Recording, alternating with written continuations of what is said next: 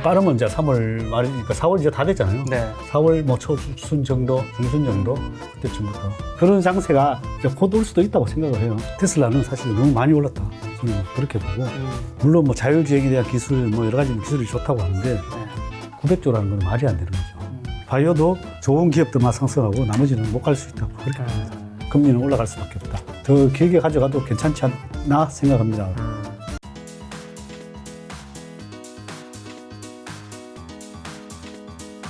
오늘 주제는 바로 슈퍼개미의 시장 전망편입니다. 자, 현재 좀 주식시장 리뷰 및 좀 전망 좀 한번 슈퍼개미 생각이 궁금합니다. 시장 전망 제일 어려운 건데 이거.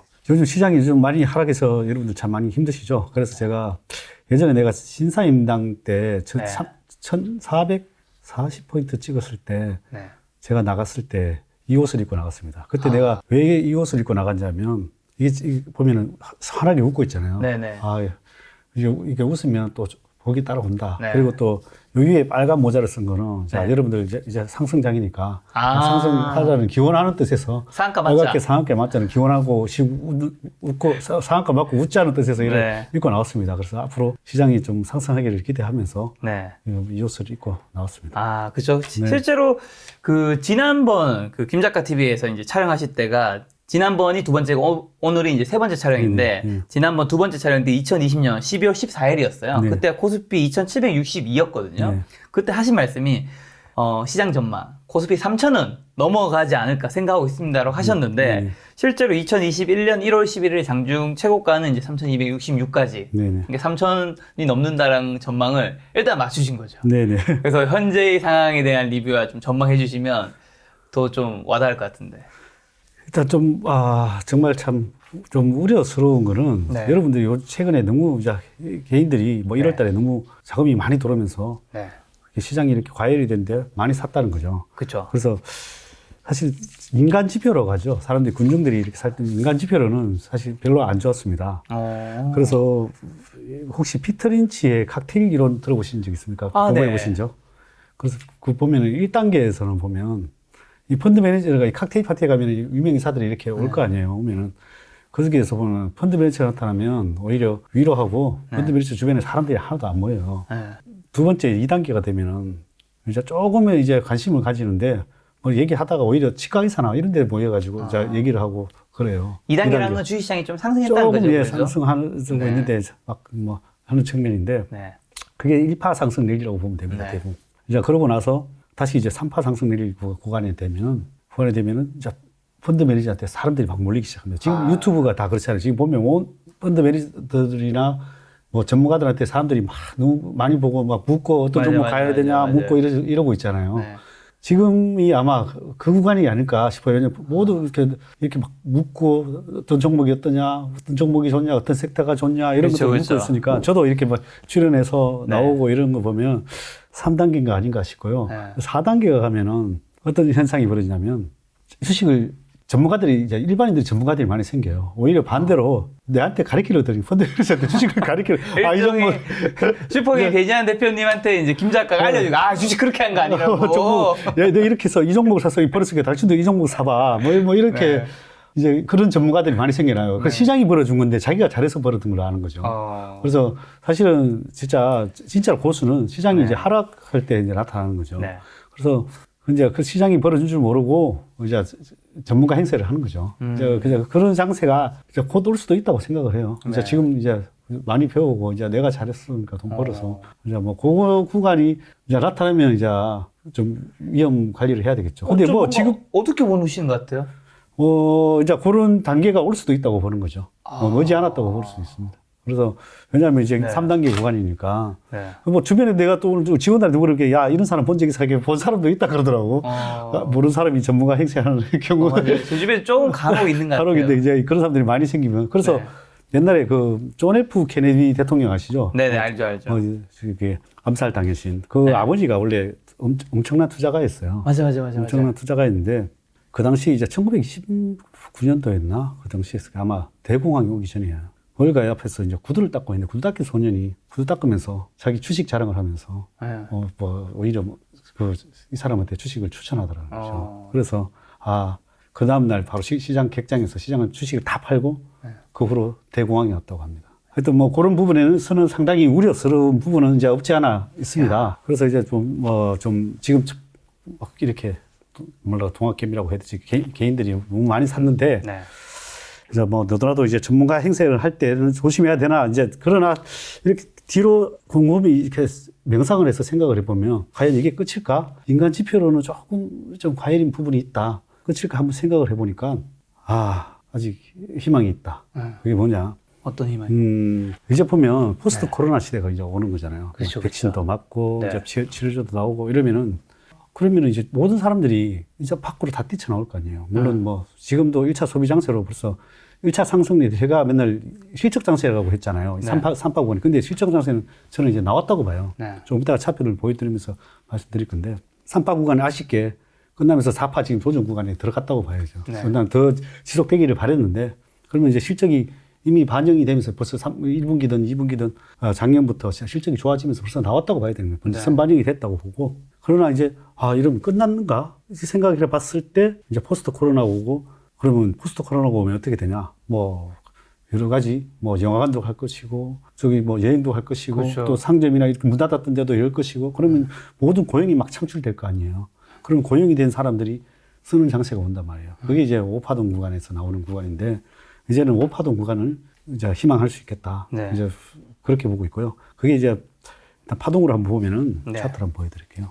파동 일단 이걸 파동 이론을 보기 전에 이게 종합지수 내가 과거 차트를 한번 이렇게 모아서 들고 나왔어요. 이게 어떻게 뭐 파동에서 어떻게 좀 여러분들한테 과거를 바탕으로 네. 여러분들이 저 미래를 예측하는 방법이 있잖아요. 네. 저도 뭐 이렇게 맞출 수가 없으니까 네. 일단 과거 차트를 한번 내가 한번 다 들고 나왔어요. 지금 이렇게 보는 거는 IMF랑 좀 비슷하지 않을까? 네. 이런 생각은 들어요. 일단 IMF 때 보면 여기 저점 대비 이거 좀 확대를 좀 해야 되겠네요. IMF 때 보면 여기 7캔들이 상승을 하고 네. 한 2캔들 이렇게 조정구고 또 하나, 둘, 셋, 넷, 5캔들 상승하고 또 한 2달, 3달 조정을 보고 2달 상승하고 이때부터 이제 다시 마감을 했습니다. 이렇게. 그래서 이제 일단은 요랬고 요거는 이제 2002년도 요거 가치주 상승 2003년부터 보면은 네. 여기서부터는 한 13캔들 상승하고 한 5캔들 5달이네요. 캔들이랑 5월봉이니까요. 5달 조정이고 그다음에 여기 보면 17 동안 상승하고 또 보면 한 15달 조정 보고 그다음에 9달 상승하고 이렇게 마감을 했어요. 네. 근데 지금 움직이는 구간은 아주 짧게 움직이고 있죠. 짧게 움직이고 있는 게 조금 어떻게 보면은 뭐 안 좋은 거죠. 너무 짧게 움직이고 있으니까 6달 상승하고 2달 쉬고 지금 한 뭐 3달 상승하고 지금 2달 쉬고 있는 상황입니다. 네. 그래서 이게 사실은 저는 여기서 좀 더 가주기를 바랬는데 네. 어쨌든 지금 4파 1파 상승, 2파 조정, 3파 상승, 4파 조정 구간으로 보여집니다. 네. 또 하나 내가 비슷한 걸 하나 보여드리려면 IMF 때 92년도 이것도 좀 비슷하게 볼 수는 있어요. 여기는 한 92년도에는 한 10캔들 정도 상승하고 10달 정도 상승하고 네. 3달 정도 조정을 보고 또 5달 상승하고 이렇게 여기는 한 7달 정도 조정을 보고 그리고 한 2달 상승하고 한 3달 상승하고 마감을 했습니다. 네.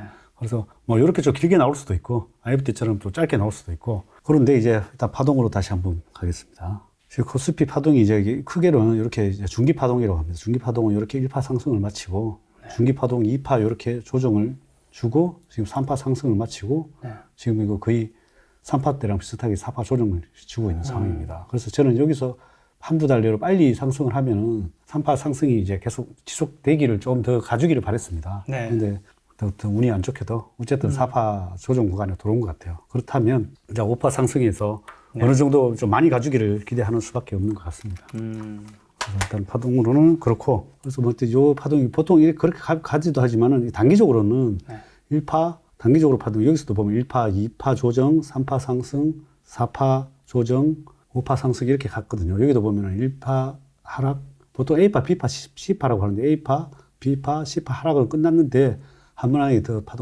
파동이 보통 제 같은 경우에는 뭐 보면 5개 떨어지는 것도 5개일 때가 많더라고요. 지금도 그래서 이것도 보면 A파, B파, C파, D파, E파 이렇게 뭐 하고 5개 정도를 마무리하고 있는 걸로 보여지고요. 네. 그래서 다행히 채널 하단에 이렇게 보면은 이렇게 2,950에서 뭐 2,900까지는 이게 박스권이라고 보여져요. 네. 그게 뭐 더 길어질 수도 있고 더 늦어질 수도 있고 그렇다고 더 길어질 수도 있고 근데 제가 봐서는 아마 뭐 1분기 실적 발표 중이 되지 않을까 그렇게 예측을 하고 있습니다. 네. 뭔가 조정이 좀 더 있을 수 있다는 얘기인 건가요? 조정보다는 이제 내가 봐서는 여기 2,900 이하면은 지금 예를 들면 지금 수급이 꼬였잖아요. 수급이 꼬였는 게 이제 외국인 기관들은 계속 팔고, 네. 기관들은 팔고 개인들만 계속 바치고 있는 형국이다 보니까 네. 지금 이렇게 상승 구간에서는 솔직히 이게 개인들이 끌고 가면서 왜냐하면 위로 계속 완전 불안하니까 나도 사야 되겠다. 위로 사게 돼요. 그런데 그렇죠. 지금 계속 상승 구간에서는 그런데 지금 하락 구간에서는 개인들은 위로 못 산단 말입니다. 언제 못 떨어질지 더 떨어질지 불안하니까 못 산단 말입니다. 그래서 개인들은 여기서 지켜낼 힘은 없다고 생각을 해요. 현금은 있어도 개인들은 이렇게 지금 이런 구간에서는 위로 사지는 못한다. 네. 그렇다면 이제 기관하고 외국인이 사야 되는데 그렇다면 네. 결론은 1분기 실적 발표 나는 시점에 네. 시점 전으로 이제 실적 발표 전에 벌써 나오겠죠. 네. 펀드 매니저든 애널리스트든 자료가 나오면 그때쯤에 이제 아마 기관들이 매수가 들어올 거고 연기금도 매수가 들어올 거고 네. 연기금이라 계속 팔 수는 없잖아요. 네. 파는 돈을 또 주식이 하락하면 어제 같은 경우에도 들어오잖아요. 네. 그래서 그때쯤이 아마 분수령이 되지 않을까. 그러면 이제 그때 실적 발표가 나오면서 네. 이제 다시 이제 실적이 잘 나오는구나를 확인하고 가는 장세가 그때쯤 전으로 그러니까 4월 좀 빠르면 이제 3월 말이니까 4월 이제 다 됐잖아요. 네. 4월 중순 정도면은 이제 실적 예상치가 나오니까 네. 그때쯤부터 괜찮으실 거로 보여집니다. 올해 실적들은 좀 어떻게 보세요? 실적은 잘 나올 수밖에 없죠. 우리나라 수출 지금 또 환율까지 좋아져서 네. 삼성전자 같은 경우 예를 삼성전자 같은 경우에나 현대차 같은 경우에는 환율까지 수혜를 보고 있으니까 네. 그러다가 지금 없어서 못 파는 정도니까 실적은 잘 나온다고 보여지는 거죠. 그럼 실적이 잘 나오면 다시 올라갈 수 있는 여지가. 그렇죠. 이제 왜냐하면 수급이 이제 들어오는 거죠. 그래서 살 수 있는 위로 싸줄 사람은 기관밖에 없는 거죠. 지금 현재 사람은 기관이나 외국인이나. 네. 그래서 그때쯤 되면 기관 외국인 자금이 들어오면서 네. 다시 올라가지 않을까 생각을 합니다. 그럼 이런 장에서 지금 개인은 어떻게 해야 돼요? 지금 좋은 실적이 발표될 확률이 있고, 좋은 실적이 발표되면 기관들이 들어올 확률이 있으니까, 지금 사야 되는 건가요? 아니면 좀 더 떨어질 수도 있으니까 좀 기다려야 되는 건가요? 아니면 사는 거 일단은 3,000 이하면은 이제 조정 구간이라고 생각을 하고, 조금씩 진입하는 건 괜찮을 것 같고, 또 너무 과열이면은 또 일본 조금씩 매매를 해서 좀 줄이고, 이런 것들을 기관들이, 외국인들이 들어올 때까지는 좀 약간 그런 매매 전략의 포인트에서 접근하는 게 좋지 않나 생각합니다. 그럼 시장이 어쨌든 지금 유동성이 되게 많이 풀렸잖아요. 네네. 기업 가치 요즘에 유동성 어느 쪽 좀 바라보고 좀 투자해야 될까요? 일단 기업 가치를 먼저 보는 게 최우선이고요. 오늘 같은 경우에도 사실 좀 빠지는 원인 중에 하나도 네. 어떻게 삼성 바이오 사이언스가 오늘 상장 이슈가 있던데 60조가 돈이 몰렸더라고요. 그럼 여기서 주식 팔아서 들어간 사람도 있을 것이고, 현금 60조가 거의, 지금 고객 예탁금 65조 정도 되는데, 60조가 그러다 몰려버렸어요. 물론 주식 팔아 들어간 사람도 있고, 한 사람도 있고, 그러니까 돈을 넘쳐나고 있어요. 네. 그래서 유동성보다는 기업 가치랑 성장성 있는데 투자를 하다 보면 마음이 편하죠. 어차피 시간이 지나면은 회복이 될 건데, 좋은 회사는 예를 들면 플랫폼 기업이든, 삼성전자든, 현대차든, 이런 좋은 기업들이 우상향할 수 있는 기업들은 사서 일단 마음 편하게 들고 있을 수 있잖아요. 네. 기업이 우상향 되는 게 보이니까. 그런 기업들은 마음 편하게 근데 너무 고점에 사서 문제인 거죠. 지금 삼성전자 얘기는 좀 이따 질문이 있을 것 같으니까 넘어가고, 그래서 너무 고점에 안 사면은 좀 이렇게 고점일 때, 과열일 때만 사지 않으면 돼요. 그거는 이제 좀 이따가 제가 차트 강의를 할 때 한번 알려드리도록 하겠습니다. 알겠습니다. 그러면 어쨌든 지금 기관이 계속 팔고 있잖아요. 네네. 국민연금이 어쨌든 계속 주식 매도한 이유랑 언제쯤 사면 되는지는 결국 실적이 발표되는 시점이 되는 걸까요? 국민연금은 어차피 이게 퍼센테이지에 따라서 따라서 16.8% 라인이 오면은 팔 수밖에 없는 시스템으로 돼 있고요. 그래서 지금 최근까지 팔다가 최근에 또 하락하니까 또 어제 같은 경우에는 매수가 들어오더라고요. 그래서 파란 것들이 계속 떨어져서 또 살 수 있는 그 여력이 생긴 거니까 또 밑에서 살 수 있는 자금이 생긴 거죠. 그래서 좋은 역할을 하고 있다고 봐요. 그래서 국민연금은 포지션은 어쩔 수 없다. 이게 국민연금에 하나의 더 팁이 또 하나 있는 게, 일단은 사실은 이게 사실 정치하는 사람들은 약간 포퓰리즘이 있을 수밖에 없잖아요. 그래서 포퓰리즘을 할 수밖에 없는데, 이게 그리고 또 언제 타이밍을 써야 되냐, 이것도 어떻게 보면은 이 타이밍이 상당히 중요하거든요. 정책을 펴는 타이밍도. 근데 이제 어떻게 자기 정권에 유리하도록 펼 수밖에 없거든요. 그렇죠. 그렇다면 지금 내 생각에는 지금 현재 총선이 아니고 서울시장 선거, 부산시장 이쪽은 좀 포기한 것 같고, 그래서 내가 봤을 때 대선을 노릴 것 같아요. 대선에서 이걸 써먹으려면은, 이런 건 어떻게 보면은 쓰는 정책 자체가 국민연금 예를 들면 주식 비중 늘려라. 이런 걸 늘리게 해주겠다. 이런 것들을 멘트는 내가 봐서는 내년 대선 전으로 나오지 않을까. 내년이요? 내년 대선 전이니까 뭐 아마 대선 전이니까 뭐 3월이잖아요. 그러니까 뭐 그 전에 뭐 12월부터 3월 사이에 이런 정책들을 펼 수 있지 않을까. 야, 그런 코멘트 나올 수도 있겠네요. 그래서 그 정책은 지금은 이걸 히든카드니까 쓸 이유가 없죠. 그래서 여기 국민연금의 포지션을 늘릴 수 있는 상황은 아닌 것 같아요. 그래서 그런 희망은 포기하시는 게 좋을 것 같고.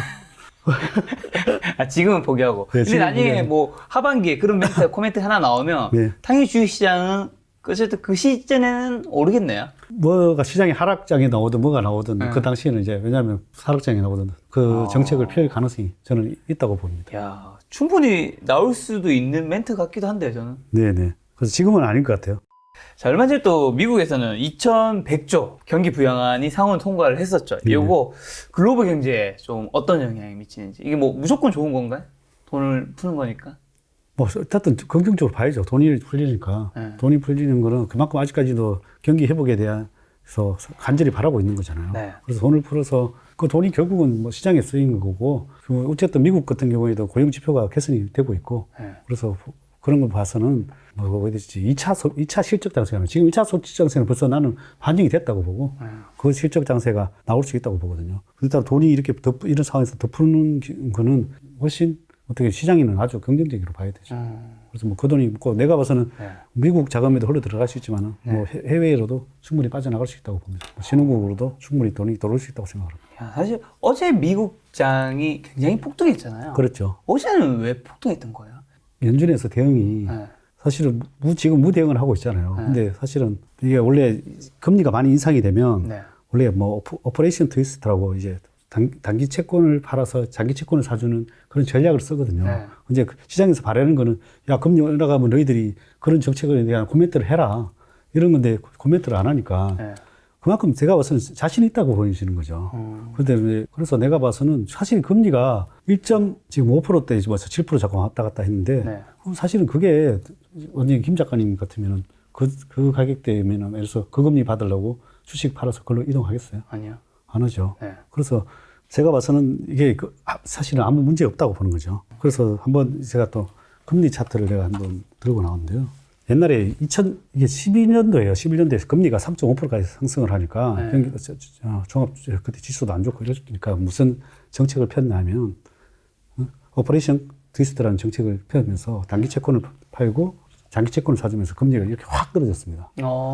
금리가 확 떨어지면서 그러면서도 이렇게 금리가 보면 1.5%까지 하락을 하고 1.5%까지 하락을 하고 그러면서도 지수는 계속 상승을 하면서 금리랑 동막 상승을 합니다, 보통. 그래서 금리가 이렇게 올라간다고 해서 굳이 나쁘게 볼 필요는 없습니다. 그래서 뭐 보면은 여기 보면 3%대까지 상승을 하면서 종합주가시는 계속 상승을 하잖아요. 그죠? 금리가 오른다고 꼭 주가 떨어지는 건 아니네요. 네네. S&P 500을 그래서 금리가 오르면서 원래는 같이 상승을 합니다, 원래. 그래서 이제 그만큼 경기가 좋으니까 야, 하지 마 하면서 금리를 쓰면서도 시장이 이제 점점 과열로 치닫는 거죠. 이제 원래는 이제 그러면서 금리가 지금 1.5% 뭐 1.8% 이렇게 간 거는 사실은 당연한 현상이라고 봐요. 지금 그만큼 실무 경기가 좋아지고 있다는 현상인 거예요. 그래서 보면 여기 보면 지지 라인이 보면 여기서 딱 어떻게 보면 지지선이 있거든요. 저항선이라고 해야 되죠. 여기서 보면은 여기 저항선이 있기 때문에 여기 또 뚫기는 당분간 쉽지 않을 것 같아요. 그래서 그렇게 걱정 안 하셔도 된다. 그래서 내가 봐서는 이제 그런 시장에서 미 연준이 이제 내가 봐서는 큰 모멘텀을 큰 멘트를 하지 않을 것 같고요. 그냥 이대로 그냥 방치할 것 같아요. 방치할 것 같고 시장에서 알아서 이 정도는 2% 넘어가지 않는 이상은 크게 만약에 2, 3% 갑자기 급등한다. 그러면은 이제 그 정책을 쓰겠죠. 오퍼레이션. 그 부분에 그냥 제가 갑자기 그냥 드는 생각은 정말 그냥 이 S&P 500 그래프만 봤을 때는 그냥 매달 월급 나올 때마다 그냥 계속 샀으면 아무 생각 없이 여러 방송 들으면서 고민하지 말고 차라리 ETF만 사도 그렇죠. 왜 미국 주식 해야 되는지 참. 그러니까요. 우리 한국 차트는 이러진 않았잖아요. 그렇죠. 한국은 또 한 10년 동안 스테이블했죠. 10년 동안 스테이블했죠. 그렇죠. 자, 또 올여름에 그 유가가 최대 100달러 간다는 이야기가 있더라고요. 네네. 유가 방향은 좀 어떻게 보세요? 유가는 사실 100달러는 넘기 어려울 것 같아요. 어쨌든 뭐 경기가 원래 좋아지면 원자재들이 다 이렇게 올라가고 경기가 선행이 되면서 모든 원자재 수요가 늘어나니까 네. 다 올라가고요. 그다음에 돈이 풀리니까 그런 원자재에 대한 배팅도 많이 있다고 봐요. 주식이나 부동산뿐만 아니라 이런 원자재에도 배팅이 있다고 보고요. 일단 두바이유 한번 보고 서부 텍사스유 한번 보고 볼게요. 두바이유를 보면 여기 보면 일단 이게 강력한 매물대가 90달러대 강력한 매물대가 있어요. 네. 90달러, 100달러대. 그래서 이거는 뚫기는 쉽지 않을 것 같고요. 여기 보면은 전에 잠깐 어디야 85달러 정도대 여기 전고점이 있어요. 이렇게 요걸 그러니까 또 뚫는다면은 한번 90달러고 요걸 단기간에 뚫지 못할 걸로 보이시고요. 한번 몇 번에 왔다 갔다 하면서 이거 뚫을 걸로 보여지고 이 90달러는 도저히는 아니지만 쉽게 넘기는 쉽지 않다. 저항선이 있기 때문에. 저항선이네요. 예. 그리고 또 한번 서부 텍사스유도 한번 볼게요. 서부 텍사스유도 지금 뭐 이렇게 하락 추세는 조금 돌파를 했는데요. 네. 그래도 지금 보면은 여기 보면은 얼마냐? 여기는 80달러. 80달러 매물이 벽이 있기 때문에 이것도 이제 80달러대는 좀 뚫기는 저항선으로 봐야 될 것 같아요. 그래서 요거를 뚫기는 쉽지 않고 여기는 90달러대가 강력한 또 저항선으로 보여집니다. 야, 지금 뒤에 이 자료가 만들어진 날짜가 대부분 3월 9일이네요. 네네. 야, 오늘 3월 10일 김작가 TV 촬영을 위해서 다 이렇게 또 네. 미리 준비하시. 네, 오늘 좀 준비 좀 많이 해왔습니다. 슈퍼입니다. 네. 자, 그럼 실제 유가가 만약에 오른다면, 네네. 좀 어느 정도 오른다면, 네네. 우리가 투자할 때도 유가를 좀 참고를 해야 되잖아요. 네네. 어떻게 해야 될까요, 투자는? 일단 원래 이게 원자재를 항상 보유하면서 네. 하는 기업들이 좋거든요. 원래 원자재들을 한두 달씩 이렇게 보유하는 기업들은 스프레드로 이게 먹거든요. 제품 가격이나 원자재 가격이나 해서 네. 그 이후로 올라가다 보니까 원자재 값이 계속 상승할 때는 원자재들을 보유하는 기업들은 항상 이득을 보게 돼 있어요. 네. 그래서 뭐 예전에 뭐 동도 마찬가지고 이런 원자재들은 화학주를 사면 괜찮을 걸 보여주는데 그 화학주 중에서도 또 보면은 이 배터리랑 같이 이렇게 하는 기업도 있잖아요. 그런 기업들 같이 하면 오히려 뭐 일석이조지 않을까 이렇게 생각을 합니다. 네. 2차 전지 관련된 것들도 있으니까. 네네. 자, 아까 말씀하시던 이제 삼성전자 이제 그런 것들 포함해서 섹터 관련 질문 좀 드리려고 하는데, 네네네. 자, 사실 지난 촬영 2020년 12월 14일 때 하신 멘트가 있어요. 네네. 삼성전자 긍정적으로 보고 있다. 삼성전자에 본진을 투입했다. 네네. 그 당시에 삼성전자의 주가가 73,800원. 네네. 그리고 어쨌든 지금 이제 촬영하기 전까지 2021년 1월 11일에 이제 91,000원까지 갔었죠. 네네. 그러니까 결국 어쨌든 뭐 주가가 오르는 방향에 대해서는 어느 정도 맞췄다가 보실 수 있는 네네. 거잖아요. 네네. 그리고 지금 현재 주가는 지금 현재는 이제 89,000원. 좀 이제 96,800원에서 좀 하락을 했는 상태인데 네네. 어떻게 보세요? 좀 전에도 말씀드렸다시피 이게 네. 솔직히 이렇게 과열 구간에서 네. 이렇게 과열 구간에서 보면은 여기 보면 1월 11일 날 네. 이렇게 이거 저 같은 경우는 우리 꽃이라 그러거든요. 왕꽃이가 이렇게 나왔어요. 꽃이요? 왕꽃이 위에 이렇게 꽃이가 싹 꽃이 쏟았잖아요. 캔들 차트인데 캔들 차트에 꽃이가 나오고 보면 거래가 이렇게 많이 터졌잖아요. 터졌네요. 예. 거래가 왕창 터졌죠. 네. 여기도 이렇게 꼬리가 나왔잖아요. 네네. 대부분 다가 또 이때 개인들이 왕창 샀어요. 맞아요.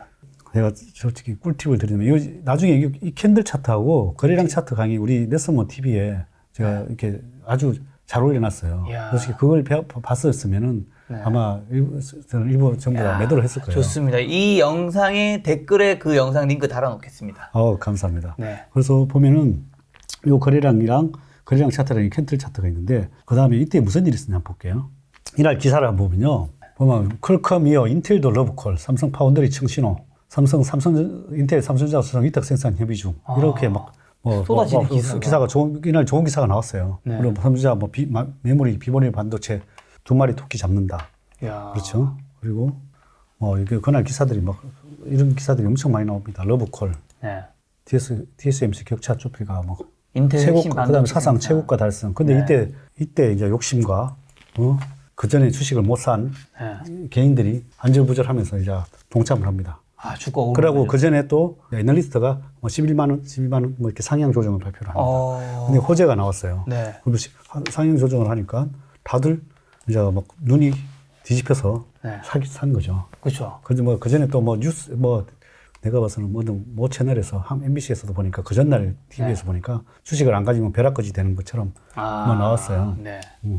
그러면서 이 개인들이 이제 돈을 못 가진 개인들이 막 질렀단 말입니다. 그런데 보면은 호재가 나왔는데 못 가? 이러면 거의 어떻게 보면 보통 상투일 때가 많아요. 호재가 있기 때문에 못 가. 그러면 호재가 나왔는데 이런 위코치에다가 이런 거는 사실 내가 우리 캔들 가게 보면 고점일 때 이런 윗골이나 뭐 이런 캔들이 나오면 아주 위험한 신호다. 그래서 일단은 여기서 그것도 개인들이 이런 대량 거래로 샀어요. 이거 누가 샀어요? 누가 팔았겠어요? 스마트한 개인, 그다음에 연금 외국인들 다 팔았어요. 그렇게 말씀하신 거 들으니 파셨네요. 네, 저도 팔았습니다. 저한테 신호를 주셨어요. 저 가지고. 그래도 일부는 가지고 있는데요. 네. 또 뭐 워낙 지표가 안 좋으니까 일부를 몇 하고 다행히 지금 조금씩 사고 있어요. 사고는 있는데 그래서 뭐 어느 또 내가 보는 또 뭐 여러 가지 보조 지표들이 있어요. 그것도 저 레슨몬 TV에 보면 네. 보조 지표 관계가 있으니까 그 지표가 들어오면은 또 좀 더 추가로 살려고 하고 있습니다. 아니 근데 요즘에 쇼티지 반도체 쇼티지 네네. 얘기 많이 들리잖아요. 반도체 공급은 부족하고. 그러니까요. 그래서 가격 상승이 심화되고 있는데 주가는 왜 이렇게 되는 거예요?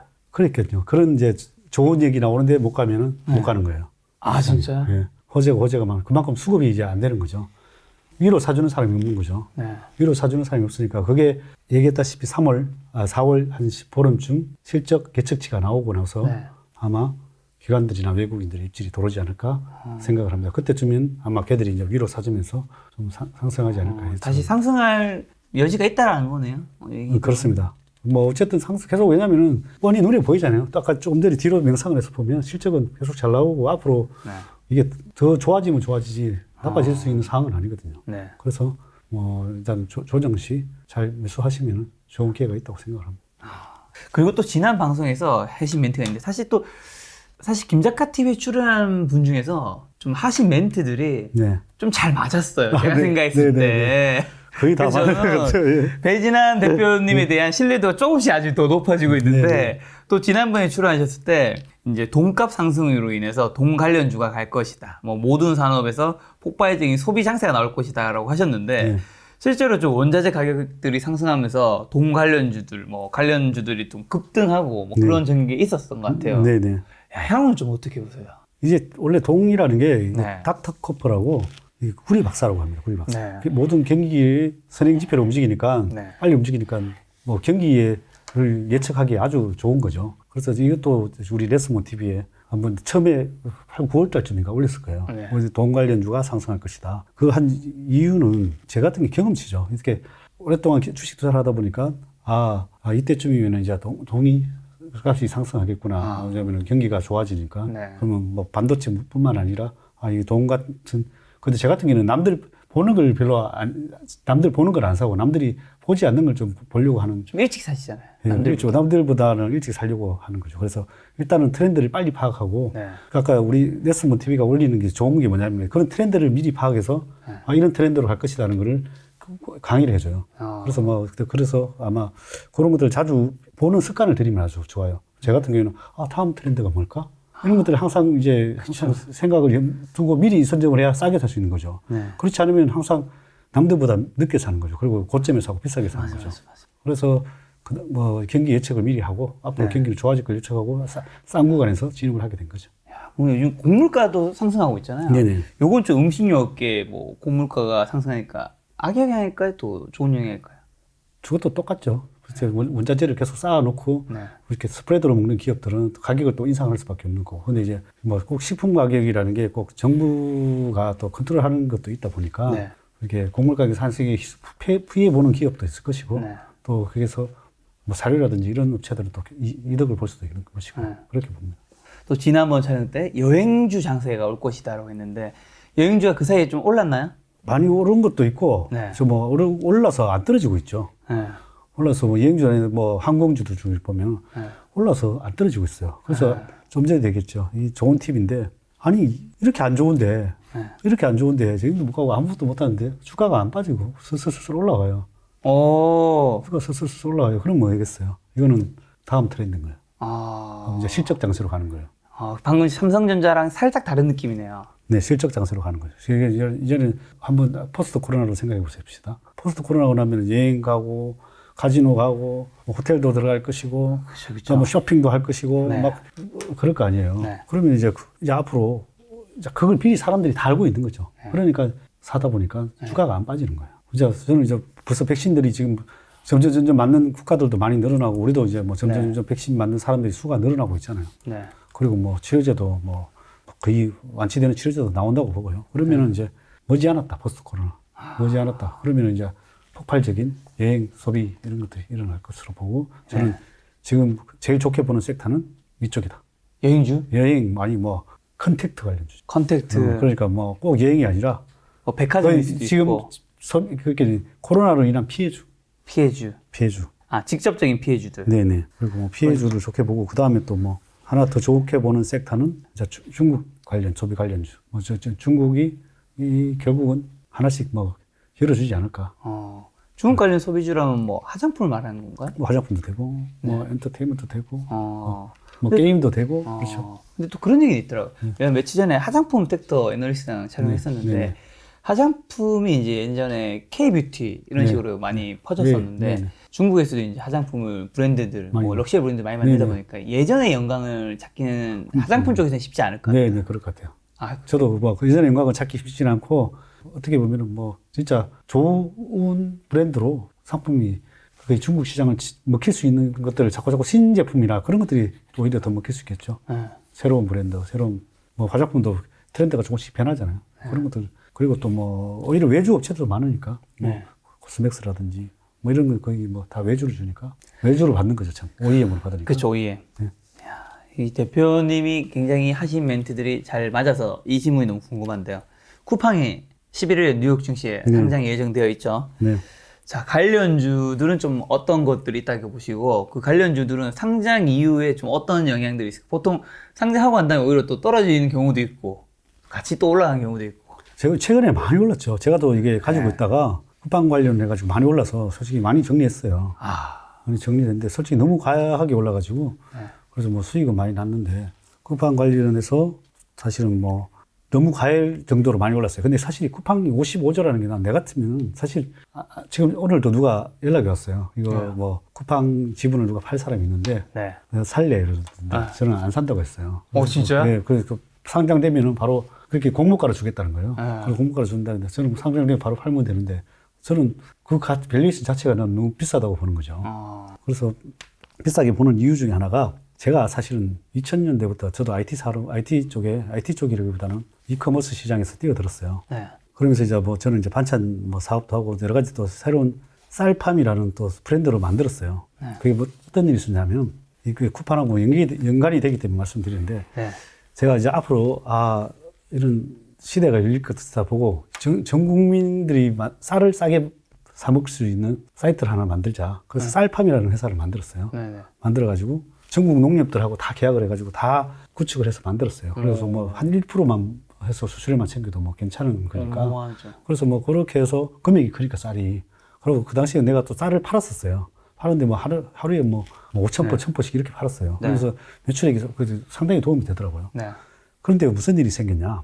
그 당시에 뭐 G마켓이라는 게 또 새로 생기면서 정상적인 가격으로 안 파는 거죠. 정상적인 가격으로 안 팔고 그러면 쌀값에서 5,000원씩 그냥 자기 마켓이 지원해 주는 거예요. 지원을 해주면서 이제 마켓 시장을 잡아먹으려고 이제 뭐 옥션이라든지 이런 데서 이제 시장을 빼들어 먹으려고 적자를 피우는 거예요. 적자로 돈을 그냥 뿌리는 거죠. 투자를 받은 거죠. 자기 돈이 아닌 거죠. 투자를 뿌려서 시장 캐파를 키우는 거죠. 그렇게 해서 시장을 선점해서 나스닥에 상장했단 말입니다. 나스닥에 상장해서 어떻게 머니 게임을 한 거죠. 나스닥에 상장을 하고 또 이제 이베이에 팔렸죠. 근데 우리나라의 이커머스 시장은 저는 아주 안 좋게 봐요. 왜냐하면 계속 반복되고 있어요. 왜 반복되고 있냐면은 이 5천만 인구의 시장에서 돈만 좀 집어넣으면 이거 빼들어 먹을 수 있다. 계속 이걸 계속 반복하고 있어요. 지금 예를 들면 지금 마켓컬리가 새벽 배송을 저도 옛날에 2000년대에 새벽 배송을 했어요. 2000년대? 네, 2000년대에 이제 반찬 사업하고 국하고 이렇게 새벽 배송을 이제 한번 지역별로 해봤어요. 근데 이게 왜 어렵냐면은 이거 그 비용을 전가를 시켜야 되잖아요. 그럼 가격이 엄청 비싸지잖아요. 그런데 띄엄띄엄 새벽에 나가서 고용을 하려면은 인건비도 2배 더 들어가. 그럼 가격도 더 비싸죠. 그런데 지금은 이 새벽 배송을 하는 거는 다 투자받은 돈으로 그냥 공짜로 해주고 있단 말입니다. 다 적자 보면서. 그래서 마켓만 늘리고 있는 거죠. 자기 이제 고객들만 늘리기 위해서 그렇게 하고 있는 거죠. 근데 이게 과연 그걸 소비자한테 계속 전가시킬 수 있을 것이냐? 저는 못한다고 봐요. 그럼 계속 적자 구조로 돌아가는 거죠. 그럼 또 하고 나면 또 예를 들면 대기업에서도 지금 뭐 연대에서 한다고 하고 신세계 뭐 쓱다컴도 나오고 그러잖아요. 이제 그 회사들도 어떻게 보면 걔들은 돈이 있으니까. 지금 벌어놓은 돈도 있고 형도 있으니까 벌어놓은 돈에서 왜냐면 세금 낼 바에 이런 데다 오히려 떨어먹기 위해서도 투자를 하는 거예요. 세금 내서. 왜냐면 고객의 데이터를 또 활용할 수가 있잖아요. 그럼 뭐 그래서 여러 가지 정책적인 면에서는 이 대기업들이 계속 이커머스 시장을 잡아먹기 위해서 또 돈을 계속 쓰고 있단 말입니다. 그래서 이 우리나라 이커머스 시장은 사실은 차라리 뭐 지금 카카오나 네이버나 이런 쪽은 오히려 그 플랫폼을 장악하면서 이익을 나면서 하는 구조로 만들어져 있단 말이에요. 근데 이런 우리나라 뭐 쿠팡이나 이런 이커머스 시장은 사실은 이익이 날 수 없는 구조로 지금 돼 있어요. 그래서 저는 사실 엄청난 55조, 60조 이러면은 지금 카카오 40조, 맞아요. 네이버 50조 훨씬 싸죠. 그래서 사실 저 같으면은 쿠팡보다는 뭐 네이버나 카카오가 훨씬 더 성장성도 있고 이익적인 면에서도 훨씬 더 성장이 더 좋다 그렇게 보고 있습니다. 실제 쿠팡이 상장되면 네이버와 카카오가 호재적인 측면이 있어서 지금 올랐잖아요. 상장된 이유는 좀 어떻게 흘러갈까요? 이거 사실 지금 딱 멘트하고 간 다음에 아마 곧 있으면 상장되고 영상이 올라가기 때문에 상장이 되면 저는 만약에 쿠팡 관련 주 가지고 있다면 저는 올 매도할 것 같습니다. 상장 되기 전에 팔 것 같아요. 진짜요? 오히려 그때 좀 더 올라가지 않을까 싶습니다. 그러면 되기 전에 원래 주식 격언 중에 소문을 사서 뉴스에 팔아라 하는 거죠. 그래서 그 전에 벌써 이미 또 많이 반영이 됐고, 그렇죠. 그래서 그것도 아니면 전고점을 사실 뚫기 더 쉽지 않을 걸로 보여져요. 오히려. 자, 그럼 이제 2차 전지 좀 넘어와서 2차 전지가 최근에 좀 많이 하락을 한 것 같아요. LG향, 뭐 삼성 SDI, SK이노베이션. 2차 전지 하락한 원인은 뭐라고 보세요? 2차 전지는 테슬라죠. 테슬라가 또 테슬라도 있고 사실 최근에 너무 많이 올랐고 테슬라 때문에 너무 많이 올랐던 거죠. 주봉인데요. 한번 보면은 이게 지금 이 테슬라가 이게 $900 가는 게 시총이 900조래요. 900조. 이 900조인데 이게 뭘로 900조로 갔냐? 그래서 시장 점유율 뭐 20% 잡아먹겠다 하고 900조로 갔대요. 근데 전 세계에 있는 자동차 회사들 탑들 다 합치면 뭐 700조, 900조도 안 됐대요. 700조. 그런데 이게 말이 된다고 생각합니까? 저는 사실 자동차 테슬라라는 게 아무리 뭐 시장 점유율을 잡아먹는다고 해도 아무리 해도 10%는 넘지 못할 걸로 봐요. 10%, 뭐 10%대는까지는 가능하다고 봐도. 왜냐? 물론 뭐 자율주행에 대한 기술, 뭐 여러 가지 기술이 좋다고 하는데 이게 10%를 한다 해도 이게 900조라는 건 말이 안 되는 거죠. 10%를 한다 해도, 20%를 한다 해도 900조라는 게 말이 안 되는 거예요. 한 뭐 300, 400조? 그 정도가 적당하다고 보는 거죠. 근데 왜 나는 이제 테슬라가 그렇게 선점할 수 없냐면 지금 또 애플에서 애플카 나온다 그랬죠. 뭐 나온다 그랬죠. 그러면 뭐, 그 다음에 현대차에서도 뭐 전기차 생산하고, 그 다음에 뭐 GM, 포드 다 지금 뭐 전기차로 다 전환하고 있잖아요. 근데 그 사실 저는 자동차는 사실 디자인 싸움이라고 봐요. 결론적으로. 그리고 나머지는 그 기술들은 결국은 다 동반된다고 봐요. 뭐 배터리 기술, 뭐 자율주행 기술, 뭐 그런 것들은 금방 또 추월이 가능하다고, 금방 또 된다고 봐요. 뭐 사가지고 하든 아니면 그 기술을 사가지고 하든. 뭐 그래서 사실은 테슬라는 사실은 너무 많이 올랐다. 저는 그렇게 보고, 이 차트를 보면, 어떻게 이걸 보면, 완전, 이렇게 이거 강력한 저는 이제 매물폭이라고 봐요. 뭐 파동도 뭐 하나, 둘, 셋, 다 5파 다 상승이 마무리됐고요. 그래서 일봉사도 이게 위에 다 이거 꼬치하고 거래량하고 이런 거 다 매물벽이에요. 며칠 전에 이걸 왕꼬치 또 나왔죠. 한번 매도할 기회를 줬네요. 이렇게 왕꼬치 거래량이 나오는 거는 이런 때 매도를 해야 되는데 일반인들은 뭐 제가 봐서 내가 만약에 가지고 있었다면 이 자리에서 만약에 못 팔았다면 이 자리에서라도 매도했을 것 같아요. 근데 그래서 지금은 또 다시 20%나 급등을 했어요. 그래서 이제 그래 단기 내가 봐서는 뭐 하락에 대한 40% 이렇게 하락을 했으니까 뭐 또 한 뭐 1, 20% 뭐 반등할 수 있죠. 뭐 충분히 뭐 20% 반등하고 그렇게 이건 제가 봐서는 요 자리가 오면 오히려 매도를 해야 되지 않나? 800불 이게 얼마죠? 800입니다. 800불 그 정도 되면은 800불이 약간 저항성 같은. 네, 그런 느낌이 보입니다. 그래서 근데 또 한간에는 뭐 테슬라는 단순한 전기차가 아니라 뭐 자율주행과 플랫폼, 차세대 미래차를 만드는 가장 기본이 되는 하면서 테슬라의 주가는 더 뭐 다 그렇게 준비하고 있죠. 현대차도 준비하고 있고 다 준비하고 있지 뭐 다른 사람들 가만히 있겠어요. 그래서 테슬라라고 뭐 엄청난 기술력으로 뭐 그렇게 한다고 생각하지 않고 있습니다. 다 다른 차들도 다 그렇게 준비하고 있다고 생각을 합니다. 타이밍과 먼저 선점을 한 거고. 2차 전지 쪽은 좀 잠깐의 조정이라 보세요? 아니면 추세의 전환이라 보세요? 그래서 테슬라 때문에 많이 오르기도 했고 2차 전지는 일단은 추세 좀 조정이라고 봐요, 저는. 왜냐하면 아직 전기차가 아직은 뭐, 아직도 2% 이내잖아요. 그러니까 뭐 2% 이내니까 점유율이. 그래서 아직은 뭐 갈 길이 멀은 거죠. 그래서 지금 1차 전지는 왜 그런가 하면 최근에 많이 올랐잖아요. 이렇게 보면 차트를 많이 올랐는데 앙드레 코스톨라니의 강아지와 주가 이론을 보면 이게 주가가 실적하고 무관하게 벌어지면은 결국은 또 수렴할 때까지 좀 기다려줘야 되는 거예요. 주가가 내려오든지 실적이 따라오든지. 그리고 그게 따라오는 구간까지는 수렴할 때까지는 쉬어가는 구간이 있어요. 저번에도 뭐 플랫폼 기업들 내가 처음 나왔을 때 얘기한 것 같은데 처음에 올라갔다가 결국은 좀 수렴했다가 다시 갔거든요. 최근에. 그래서 뭐 갔다가 지금 다시 떨어지고 있는 구간인데요. 이것도 보면 주봉이나 월봉을 보면 LG화학이고. 이거 지금 보면은 좀 많이 상승을 했잖아요. 그렇죠. 그래서 뭐 얘는 또 이제 얘는 분할이 또 되니까 좀 나중에 좀 다르게 봐야 될 것 같은데요. 어쨌든 요 라인에 이렇게 지지 라인이 있어요. 자, 그래서 요거는 요 지지 라인을 받고 또 올라가 주기를 바라는 거고, 뭐 삼성 SDI 나. 그러니까 왜 지지 라인인가? 21선이라서 그런 건가요? 21선도 있고 여기가 여기 요쪽에서 저번에 또 고점이 있던 자리가 있어요. 저쪽 지지 라인이 될 때가 많아요. 저번 고점. 그리고 여기도 또 저번 고점. 그리고 또 뭐 추세선도 그럴 수 있는데 추세선도 뭐 이렇게 보면 그런 데가 이제 지지 라인이 될 수 있어요. 그리고 여기도 보면 떨어졌으나 주봉으로 보세요. 아직은 좀 요 구간까지는 아직 더 밀릴 수도 있겠죠. 지지선이 있고, 또 추세선으로 봐도 좀 요 구간까지는 아직 여유가 있네요. 여유가 있고, 이렇게 지금 이렇게 구간은 있고, 근데 또 우려스러운 거는 또 파동상으로는 하나, 둘, 또 5파동 다 했는 거는 있네요. 그러나 일단은 앞으로 추세는 그래도 전기차로 가는 거고, 일단은 이런 캐파들을 이렇게 많이, 이게 장치 산업이잖아요. 엄청난 장치 산업이기 때문에 이걸 쉽게 또 따라오기가 쉽진 않아요. 그래서 장치를, 일단 전기차 추세 대비, 그리고 장치를 갖추고 그 기술을 가진 기업들이 아직은 많이 없기 때문에 어느 정도 조정이 오고 나면 다시 갈 수 있다고 봅니다. 최근에 이제 곧 실적이 나오면 실적 상승 쪽 관련된 분위기가 형성되면 경기 민감주는 좀 어떻게 되나요? 지금 그렇죠. 실적, 이 경기 민감주가 사실은 이 금리하고 저렇게 많이 연관이 돼요. 금리랑. 이 금리가 이렇게 주로 상승을 하면 경기 민감주들이 오르고 가치주들이 많이 올라가요.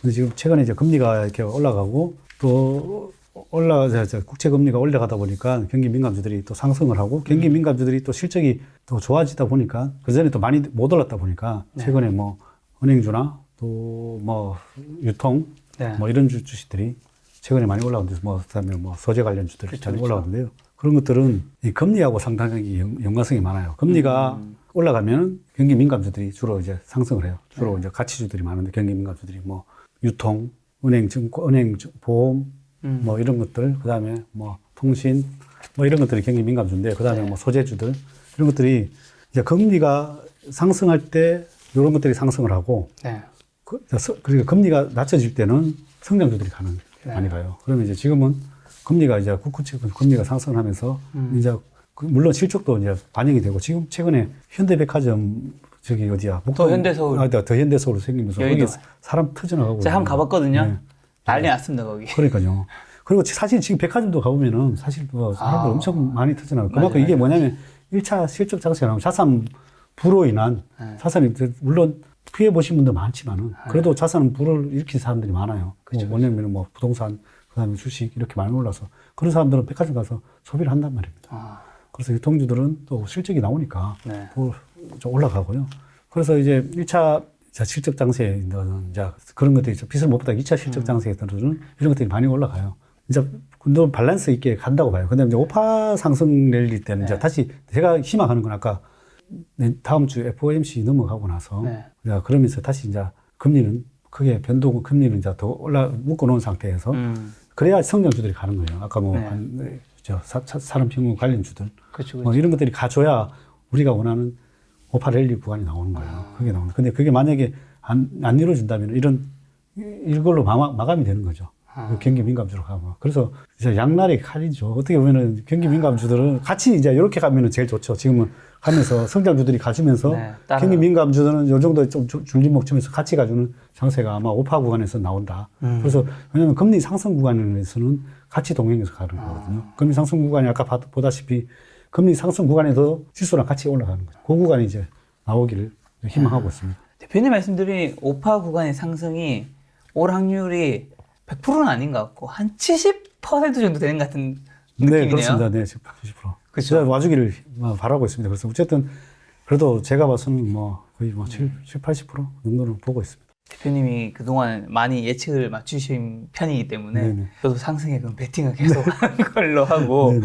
자 지난 12월 14일 촬영 이제 두 번째 촬영하고 이번 이제 세 번째 촬영 네. 그 사이에 현재 3월에 뭐 관심 있는 섹터는 아까 전에 말씀해 주신 게 여행주랑 네. 중국 중국 관련 소비주 이 두 가지 말씀해 주셨는데 혹시 뭐 다른 것도 한 가지 정도 더 있을까요?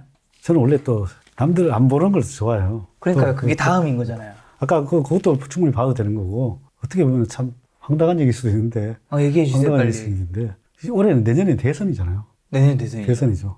뭐 대선 쪽에 관련주들이 네. 또 막 지금도 벌써 뭐 하고 있는데 하겠죠. 근데 뭐 그런 거랑 그다음에 의외로 남들 안 쳐다보는 그 중에 물론 건설주들이 조금 올랐다가 내렸는데 네네. 이게 나는 솔직히 지금 아무도 안 쳐다보는데 나는 남북 관계가 되게 오랜만에 들어요 남북 관계. 관계가 뭐 바이든이 한번 그런 이슈가 그리고 뭐 바이든이랑 김정은이랑 뭔가가 나올 수 있다고 생각을 해요. 뭐 갑자기 뭔가가 네. 뭐가 이루어져서.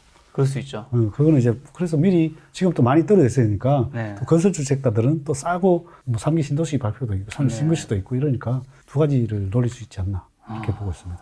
자, 대표님이 또 이제 사전에 저한테 보내주신 질문이 두 가지가 있죠. 네네. 자, 뭐 종목 고르는 비법 5가지 정도가 있다면서요. 네네. 제가 이렇게 투자를 하다 보니까 원래 저는 3자하고 5자를 좋아하는데 아까 파동도 5잖아요. 네. 5가지를 이루어질 때가 많아요. 그래서 주식을 할 때 이 5가지만 연상을 하면 큰 운이 따라오는 비법이 있습니다. 좋습니다.